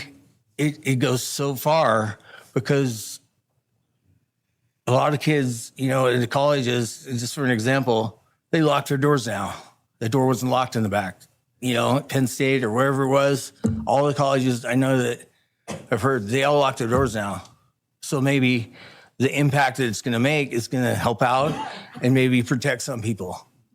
Having this outreach and having the influence of what these kids, what happened to these kids did, you know. All I know is I was 7 miles away when it happened, and she wasn't feeling that good. It was 11:30, and I almost went over to Susanna's to say, and I would have been sitting right there in that couch, and you had to deal with me. So they would have had a chance, and I regret that, and I regret not going. But the reason why I didn't is because Susanna said, "Don't be drinking and driving. You got the rental car. Don't be drinking and driving." You know, the week before that, so she was she would have been mad at me to do that.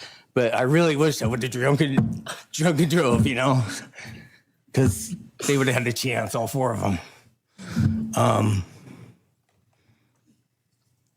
At this point, I just have to go on. We're going to go on with everything and make things better in my life, because that's what it's all about. If I have closure in things, and the part that we miss is Santa, her influence, her smile, the things that she did. And we have the memories left, the great memories. And she just wants us to make more memories and not be sad or upset or shocked or taken for that, you know. And that's what we're going to do. We just have to. That's all I got. Thank you for your words and your courage, and bless your family.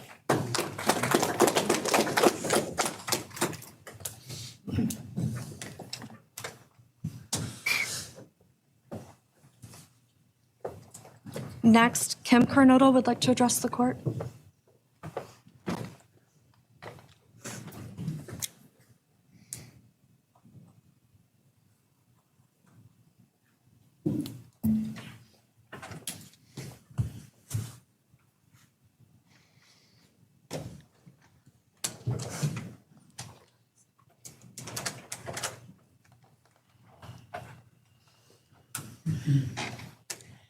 Thank you, Your Honor. My name is Kim Kernodle. I am Xana's aunt. I was very blessed to have her in my life, in our family. And I thought I had everything in my head, what I wanted to say, but it kind of went out. And I'm always looking for the positive thing, because evil, hate can destroy people. And that's what it started doing with our family. It created anger with our family members. And then I had to look, because Xana was everything that the media, her friends said. She was that fun, loving, high-spirited, beautiful person. And I no longer get to get my nails done with her, have lunch with her.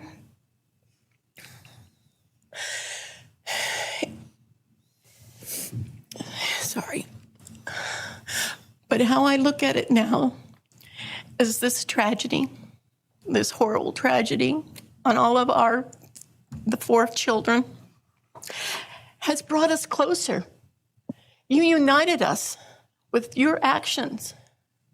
We're united now, and we're stronger than ever. We have family and friends now that we never knew we had. And, this is probably going to bother everybody, but Bryan, I'm here today to tell you I have forgiven you, because I no longer could live with that hate in my heart. And for me to become a better person, I have forgiven you.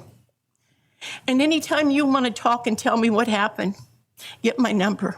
I'm here, no judgment, because I do have answers or questions that I want you to answer. And I'm here. I'll be that one that'll listen to you. Okay? Thank you, Your Honor. Thank you very much. My name is Stratton Kernodle, and I'm Xana's uncle, Jeff's brother. Sitting here today listening to the stories and feelings and feeling the pain from everybody is a pretty powerful thing. It's each time a statement was read, it sort of would tug into my center core as I felt everybody's anguish. And Xana meant a lot to us, and we loved her very much. But I started thinking about, instead of rehashing everything that everybody else has talked about, I wanted to direct it another direction toward Bryan and what he's done to his family, his parents, his siblings, his friends, his universe.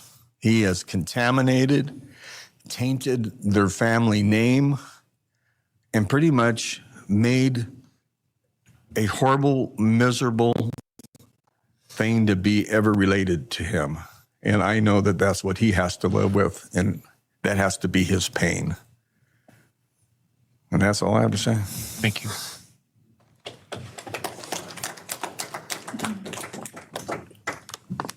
Next, Your Honor, I believe Randy Davis, stepfather to Xana Kernodle, would like to address the court.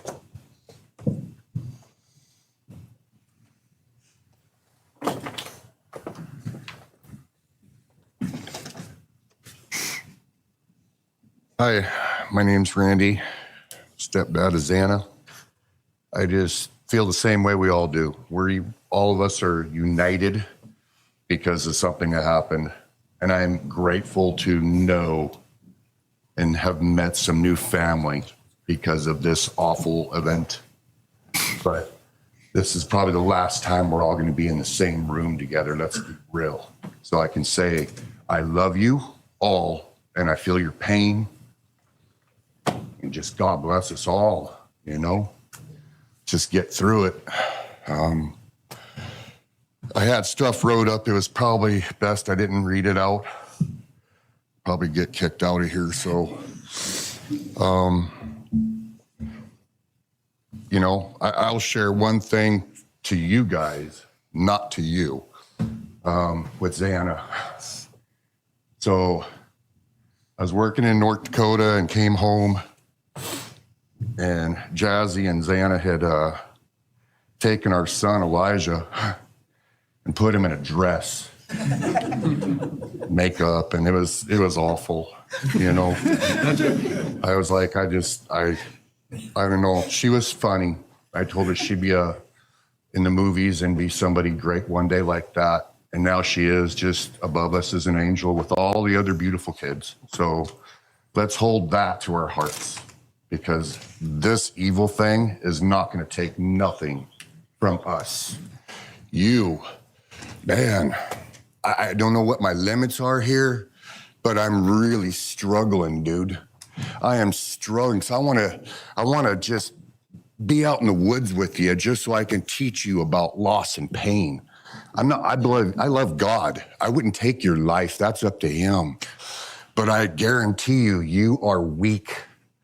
God, I would just give a moment, man, 5 minutes out in the woods. Oh, man. Ooh. You're going to go to hell. I know people believe in other stuff. You're evil. There's no place for you in heaven. You took our children. You are going to suffer, man. I'm shaking because I want to reach out to you, but I hope you feel my energy, okay? Go to hell.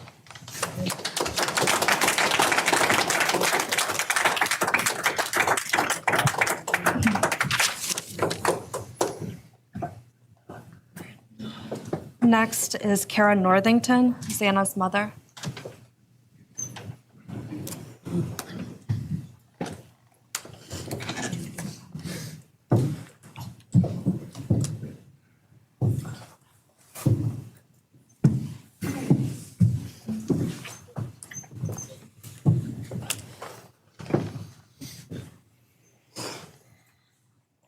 I'm Kara Northington. I am Xana Kernodle's mother. This letter is to you, really. But it's for my daughter, who was murdered by you. Today I stand before you, the man who is responsible for murdering my beautiful daughter, Xana Kernodle. My daughter was beautiful both inside and out. She possessed love for those around her and had a light so bright it will live on forever in our hearts. She brought joy and laughter to her friends, her family, and anyone in her presence. Our Lord and Savior, Jesus Christ, now has her in his loving arms in heaven, where she can never be harmed ever again for eternity. Because of her, I came to know my Lord and Savior, Jesus Christ. Because of her, many will come to Christ. It is Christ who lives in me that has given me the strength to forgive you. It was of no power of my own. In return, the Lord has filled me with joy, hope, and peace that surpasses all understanding. Jesus has allowed me to forgive you for murdering my daughter without you even being sorry or asking for this. This is only possible because he who lives in me is greater than any evil in this world. For God hath not given us the spirit of fear, but of power and of love and of a sound mind. I do not fear you or even let you rent space in my head anymore. This forgiveness has released me from any and all evil you have inflicted on me and my family. It has allowed me to let our Lord deal with you. You have accepted a deal that will prevent you from receiving the death penalty. Nothing man can do to you can ever compare to the wrath of God. Inevitably, you will stand before our Lord and will have to answer to him over the sins you have committed in murdering our children. I pray you come to the end of yourself before that day. Whether you like it or not, heaven is for real, and so is hell. The innocent life of Xana that you stole from myself and my family, and the destruction of this, and the destruction it has caused. I am washing my hands of you and turning you over to my Lord and Savior, Jesus Christ, whom vengeance belongs to. In closing, I want to read a passage from the Bible, Ephesians 6, King James Version. Finally, my brethren, be strong in the Lord and in the power of his might. Put on the whole armor of God, that ye may be able to withstand the wiles of the devil. For we wrestle not against flesh and blood.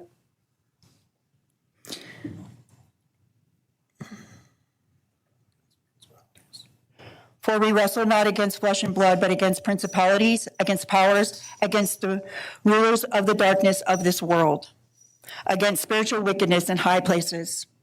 Wherefore, take unto you the whole armor of God, that ye may be able to withstand in the evil day, that ye may be able to stand in the evil day.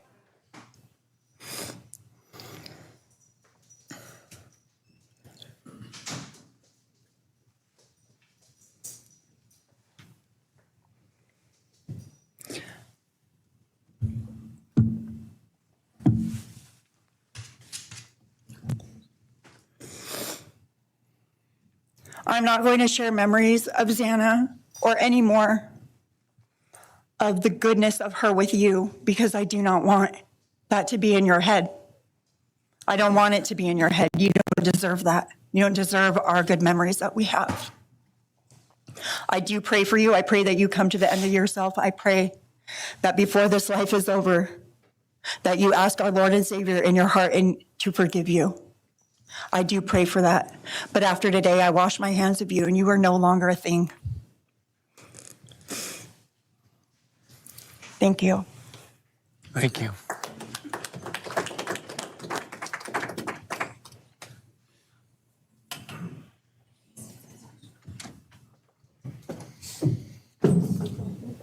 I don't believe the state has any other victim impact statements.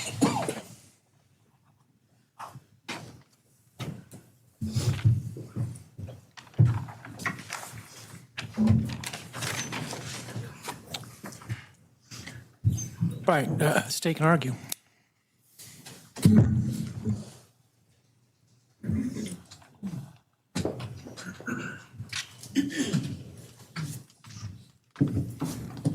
Thank you, Your Honor.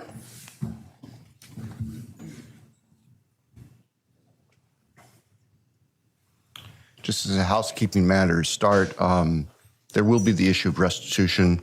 That is, the documentation is being gathered, and we ask the court would defer that for 30 days so we can present it in an orderly fashion and make sure it's comprehensive for everyone. Any objection to leaving restitution open in 60 days? All right. Thank you, Your Honor.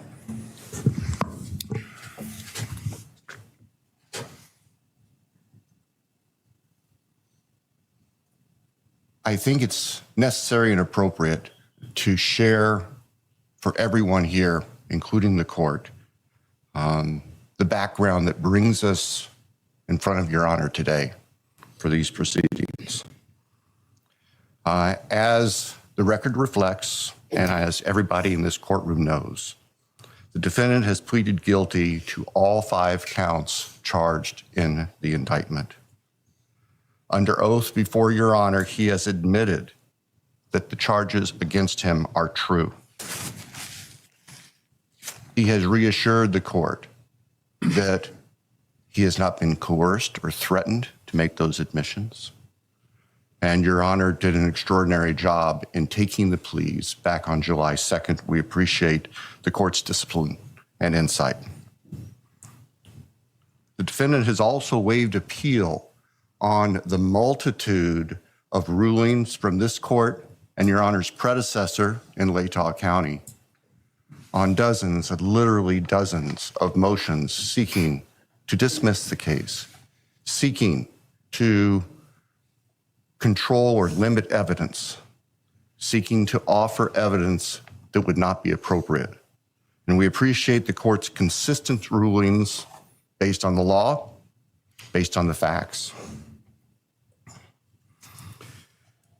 As Your Honor will recall, on June 18th, it's just really not that long ago, we appeared before this court for arguments on what became the defendant's final motions to this court. Motion where they wanted to offer evidence suggesting that other people were responsible for the defendant's actions, and the motion seeking essentially an indefinite continuance of the trial. It was readily apparent to all of us in the courtroom from Your Honor's comments that those motions were not going to be granted. So we returned to Moscow and continued with what we had been working on for months in preparation for trial. We had no qualms about going to trial if trial was what was necessary and appropriate. The following week, after we were in court, we were approached by the defense with an inquiry about a possible plea. And I can tell the court this is the first suggestion ever that there was any consideration, because indeed, the defense had maintained from the beginning that Mr. Kohberger, the defendant, was factually innocent. It's clear that the reality of the evidence and the case that had been investigated and prepared and that we were ready to present in court became a reality. Our reaction, among other things, was to reach out to all the families. And in fact, later that week, on Thursday and Friday of that last week of June, we met with representatives by teams, virtual meetings, with representatives of all of the families. And we talked about the status of the case and the upcoming trial and things that related to the trial. And we also let them know that there had been an inquiry about whether there might be an offer for a plea. And we asked the family members for their thoughts and feelings. And they were candid. And they have been candid since, and we respect that. And we understand, recognize, and acknowledge that there was a difference of opinion among representatives of the different families. We understand that. One of the challenges of this case, one of the unique things about this case is we have multiple victims, each unique unto themselves, their families and friends unique unto themselves, and all of them entitled to their opinions, all of them entitled to their thoughts. I've known Over the following weekend, our prosecution team, very skilled attorneys who were personally as well as professionally deeply invested in this case, met. And we talked, and the decision was reached. Well, to start with, were there to be any sort of plea offer or discussion, there's only one possibility. And that would be for the defendant to plead guilty straight up to all charges. There would be no bargaining about counts. There would be no bargaining about reduced sentences. And so we made the proposal to the defense that if the defendant was willing to plead guilty up front to all 5 counts as charged and waive appeal of the court's myriad decisions during the past 2.5+ years on all these motions that would have consumed years, if not decades, of time in the future. By the end of the weekend, we were notified the defendant was prepared to plead guilty as charged and factually acknowledge his responsibility in court for these horrible crimes. Obviously, those discussions and negotiations were confidential. And as Your Honor noted, I believe that was necessarily so, because if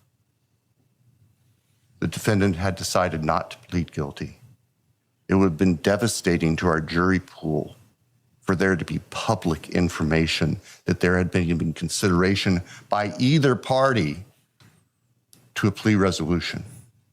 And protecting the prospective integrity of a trial after so many years was paramount.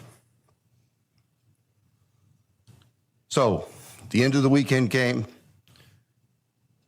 We notified the victims' families of what had occurred. I recognize and acknowledge personally, and I respect the fact that of these fine, suffering people here, not everybody agreed with the decision we make. I accept that. It's my responsibility in the end. I recognize that that's the duty of the office that I hold.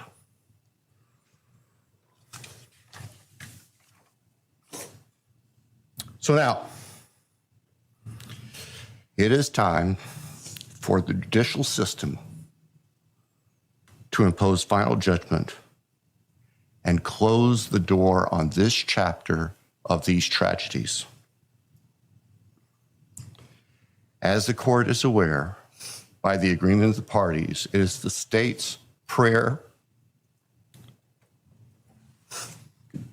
Perhaps have the Elmo police turned on.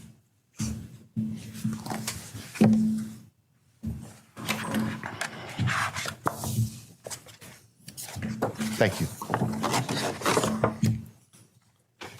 That on count one, the felony burglary, that the court sentenced the defendant to the maximum period of 10 years fixed in the custody of the Idaho Department of Correction. Then on count two,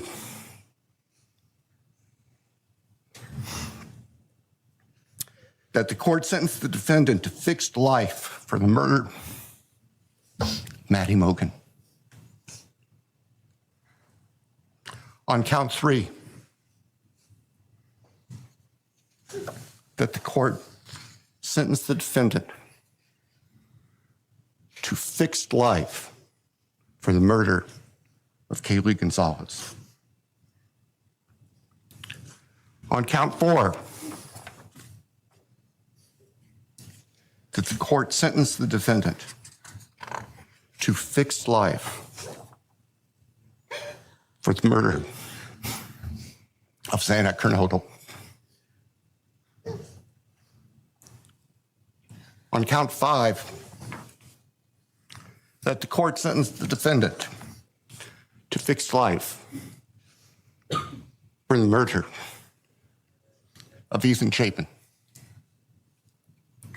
And the state further prays that these sentences be ordered to run consecutively, back to back, not at the same time, to recognize and respect the unique individuality of each of these beautiful young people whose lives were taken brutally and for no reason.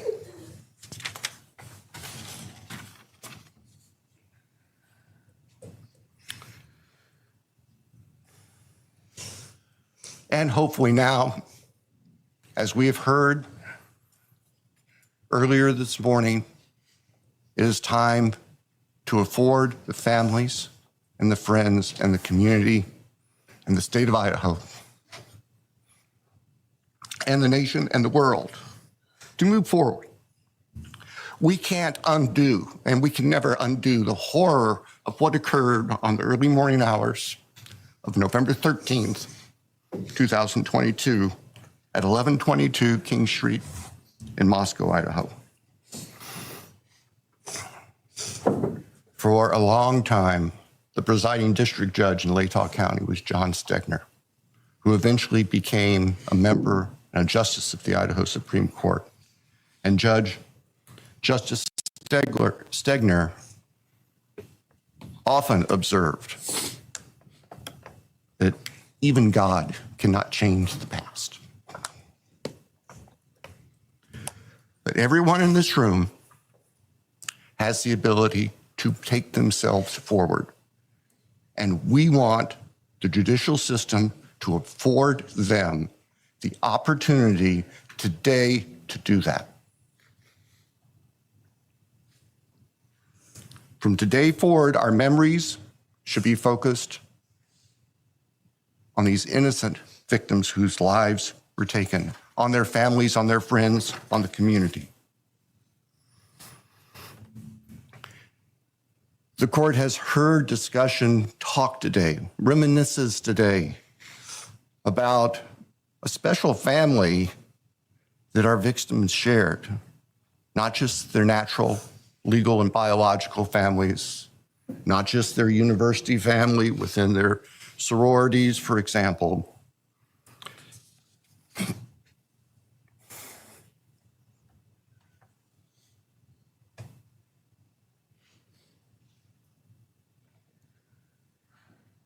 But this family. This is the picture taken on November 12th, 2022, of the special family of 1122 King Road. And you can see all 6 of these dynamic, vibrant, loving, special, innocent faces taken together just across the street from their residence, and barely 12 hours before 4 of them would be brutally murdered in their sleep. They've been described consistently as being bright, caring, vivacious, with futures we can only imagine now.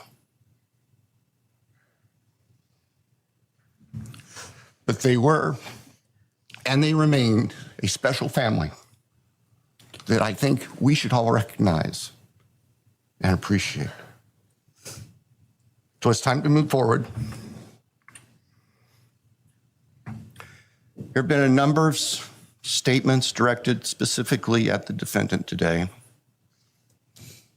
I have one last thought.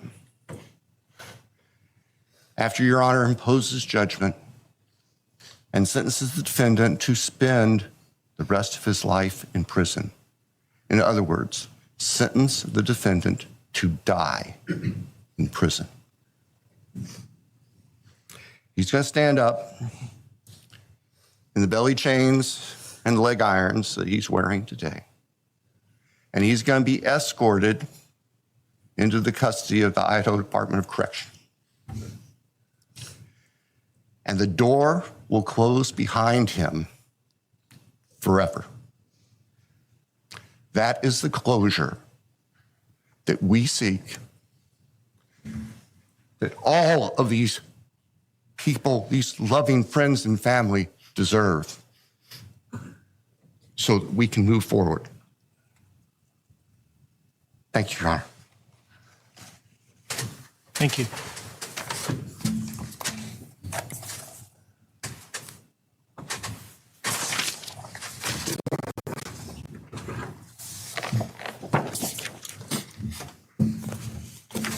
All right, does the defense have evidence to present today? No evidence. All right. Does defense wish to make argument today? Runner, we do not wish to make arguments. Mr. Kohberger, along with his legal team, is prepared for the court's apparent judgment.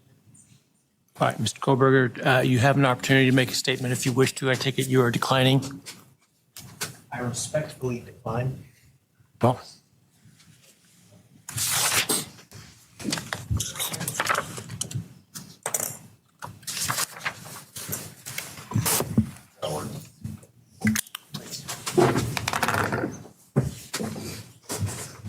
All right, let me start this morning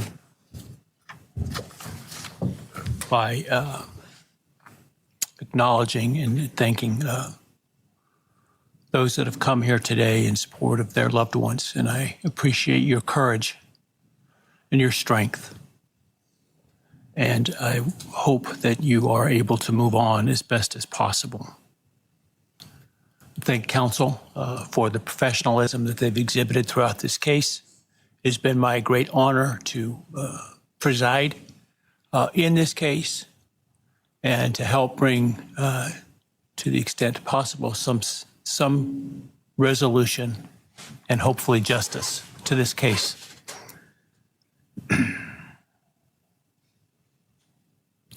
During the quiet morning hours of November 13, 2022, a faceless coward breached the tranquility of 6 beautiful young people and senselessly slaughtered them, 4 of them.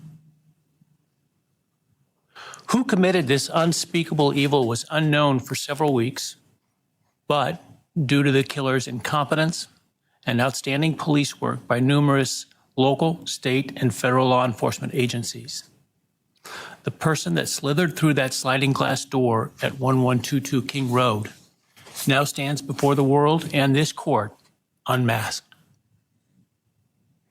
This unfathomable and senseless act of evil has caused immeasurable pain and loss.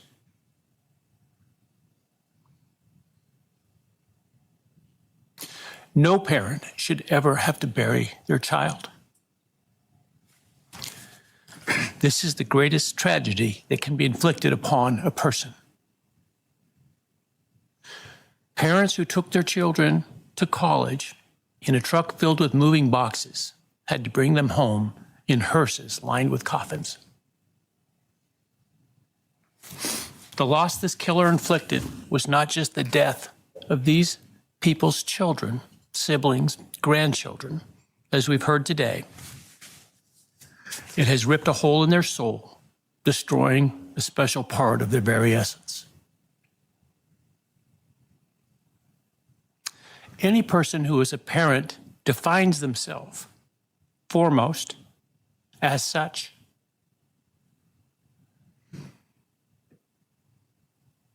It is their existence and purpose of being. And it has been stolen from these parents.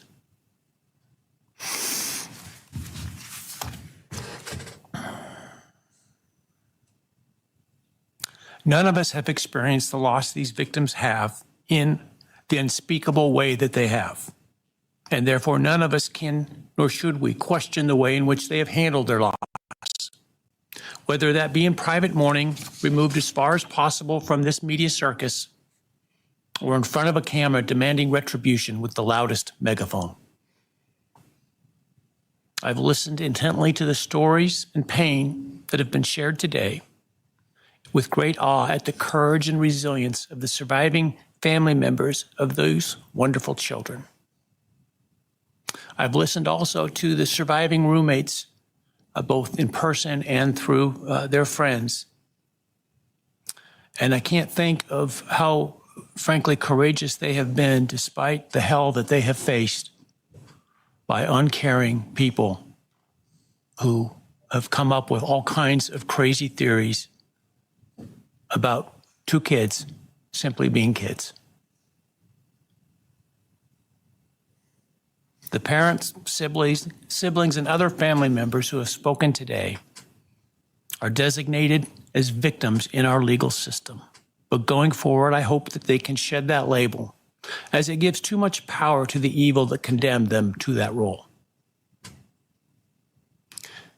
They are and should be known as survivors, fighters, and foremost as witnesses to the tremendous lives of value and unbounded promise of these 4 young people. But those speaking today and those who did not speak, but who carry this same burden, this same loss, now carry forward the memories of these now perpetually young people, these forever children. These survivors carry the responsibility of ensuring that the voices of these children, Maddie, Kaylee, Xana, and Ethan, are never forgotten, and the positive impacts that they have had on so many lives are never minimized, and that the love they shared, the light that they shined onto others is forever celebrated.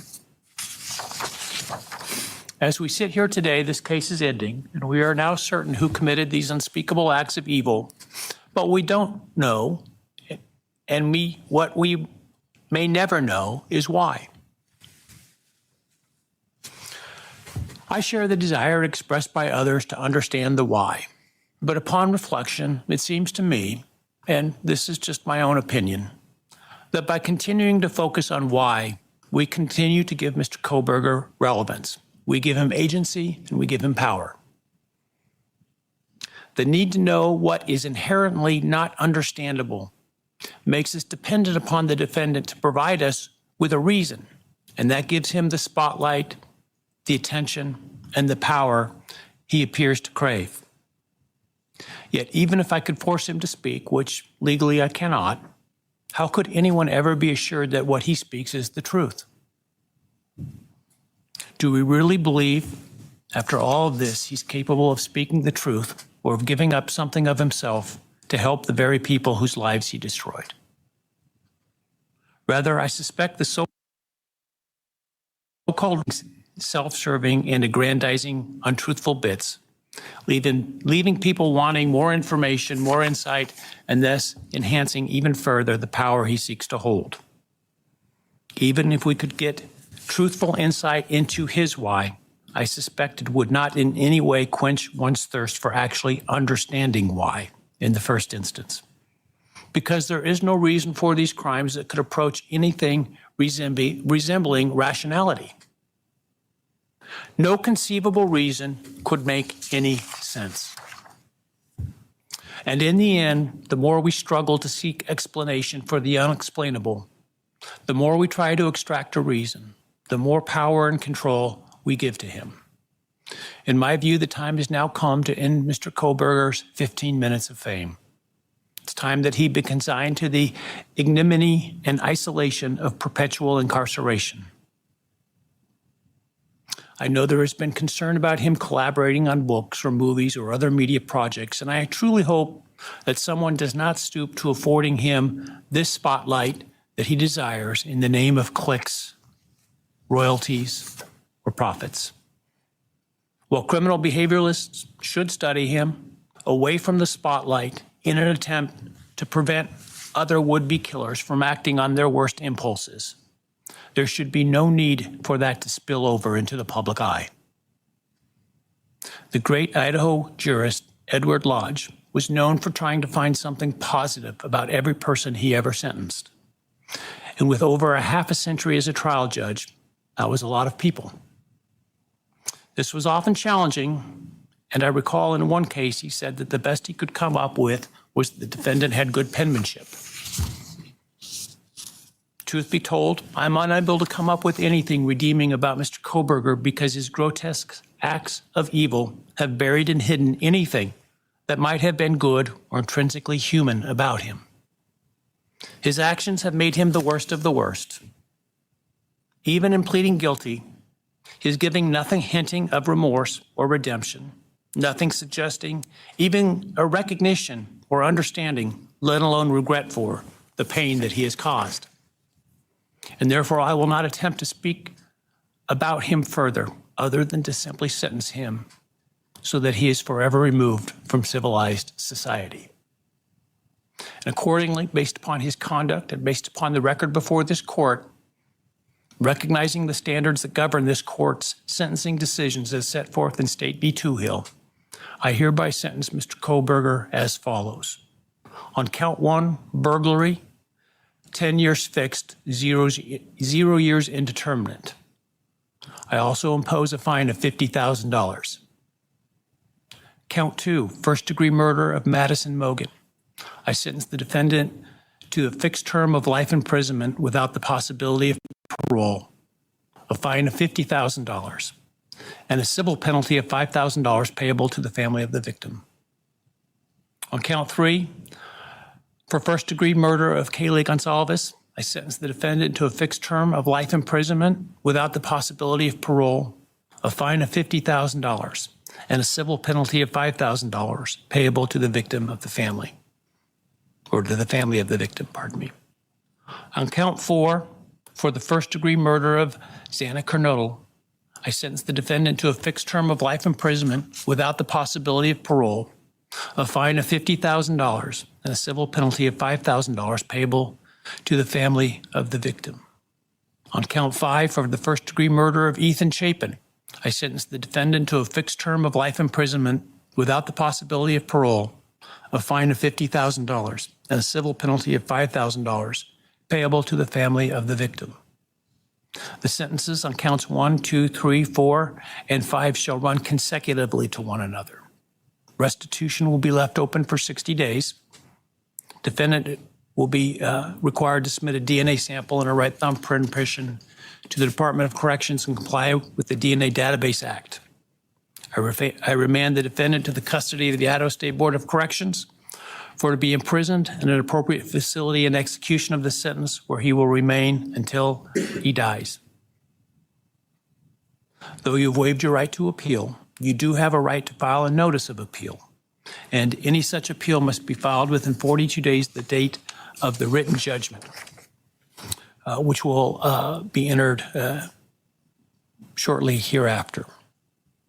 Though the appeal, you should be aware, may be deemed a violation of the plea agreement, and so I certainly suggest you discuss that with counsel if that is your desire. I ask the media and public present to allow the families to be escorted out first before they leave. Again, thank you to everyone for your stories today. I am strengthened by them, and I am encouraged by your humanity and strength, and God bless you. We're adjourned.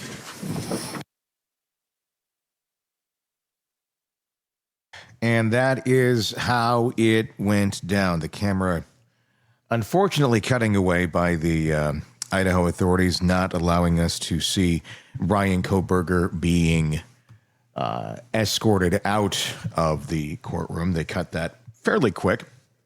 But what we certainly saw here today was very, very raw emotion in its most authentic forms, I guess you could say.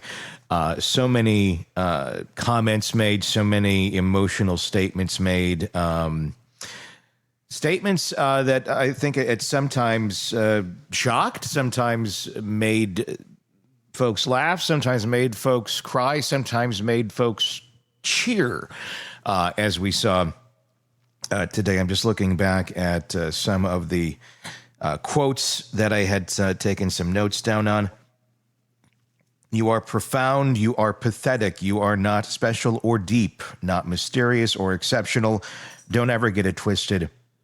No one is scared of you or thinks you are important. That was Olivia Gonsalves. The Gonsalves family really bringing quite a array of basically wishes of death and torture behind bars, which I can say I fully agree with. I think that's great. As me and Robin Drake were talking earlier on the air about, this is a family that's probably going to make sure that happens. There's going to be a lot of canteens being filled in that prison where Bryan Kohberger is at, with a lot of encouragement behind it. I would really have to question how long BK is going to be in existence on this planet with that family behind that death wish for him. You had other ones. I found it very interesting because even the ones that seem to have gone down the road of forgiveness or some semblance of it also had very two words. Happened, and I'm grateful specifically at Kohberger wishing for his demise, or basically what you call prison justice. Very, very blunt throughout the entire course of that today. And the judge, I think, also very eloquently speaking, and everyone extremely emotional. The only person in that room who did not show emotion today was the incel, Bryan Kohberger, who will now be spending the rest of his life behind bars. And let's hope it stays that way. Let me know what you think in our comment section of how this all went down today. How did you feel throughout the various victim impact statements? That would be very interesting to hear your reactions. We do appreciate that. That's going to wrap it up for our continuing live coverage of the sentencing of Bryan Kohberger. My name is Tony Brueski. We will talk again. Want more on this case and others? Then press subscribe now and don't miss a moment of true crime coverage from Tony Brueski and the Hidden Killers podcast.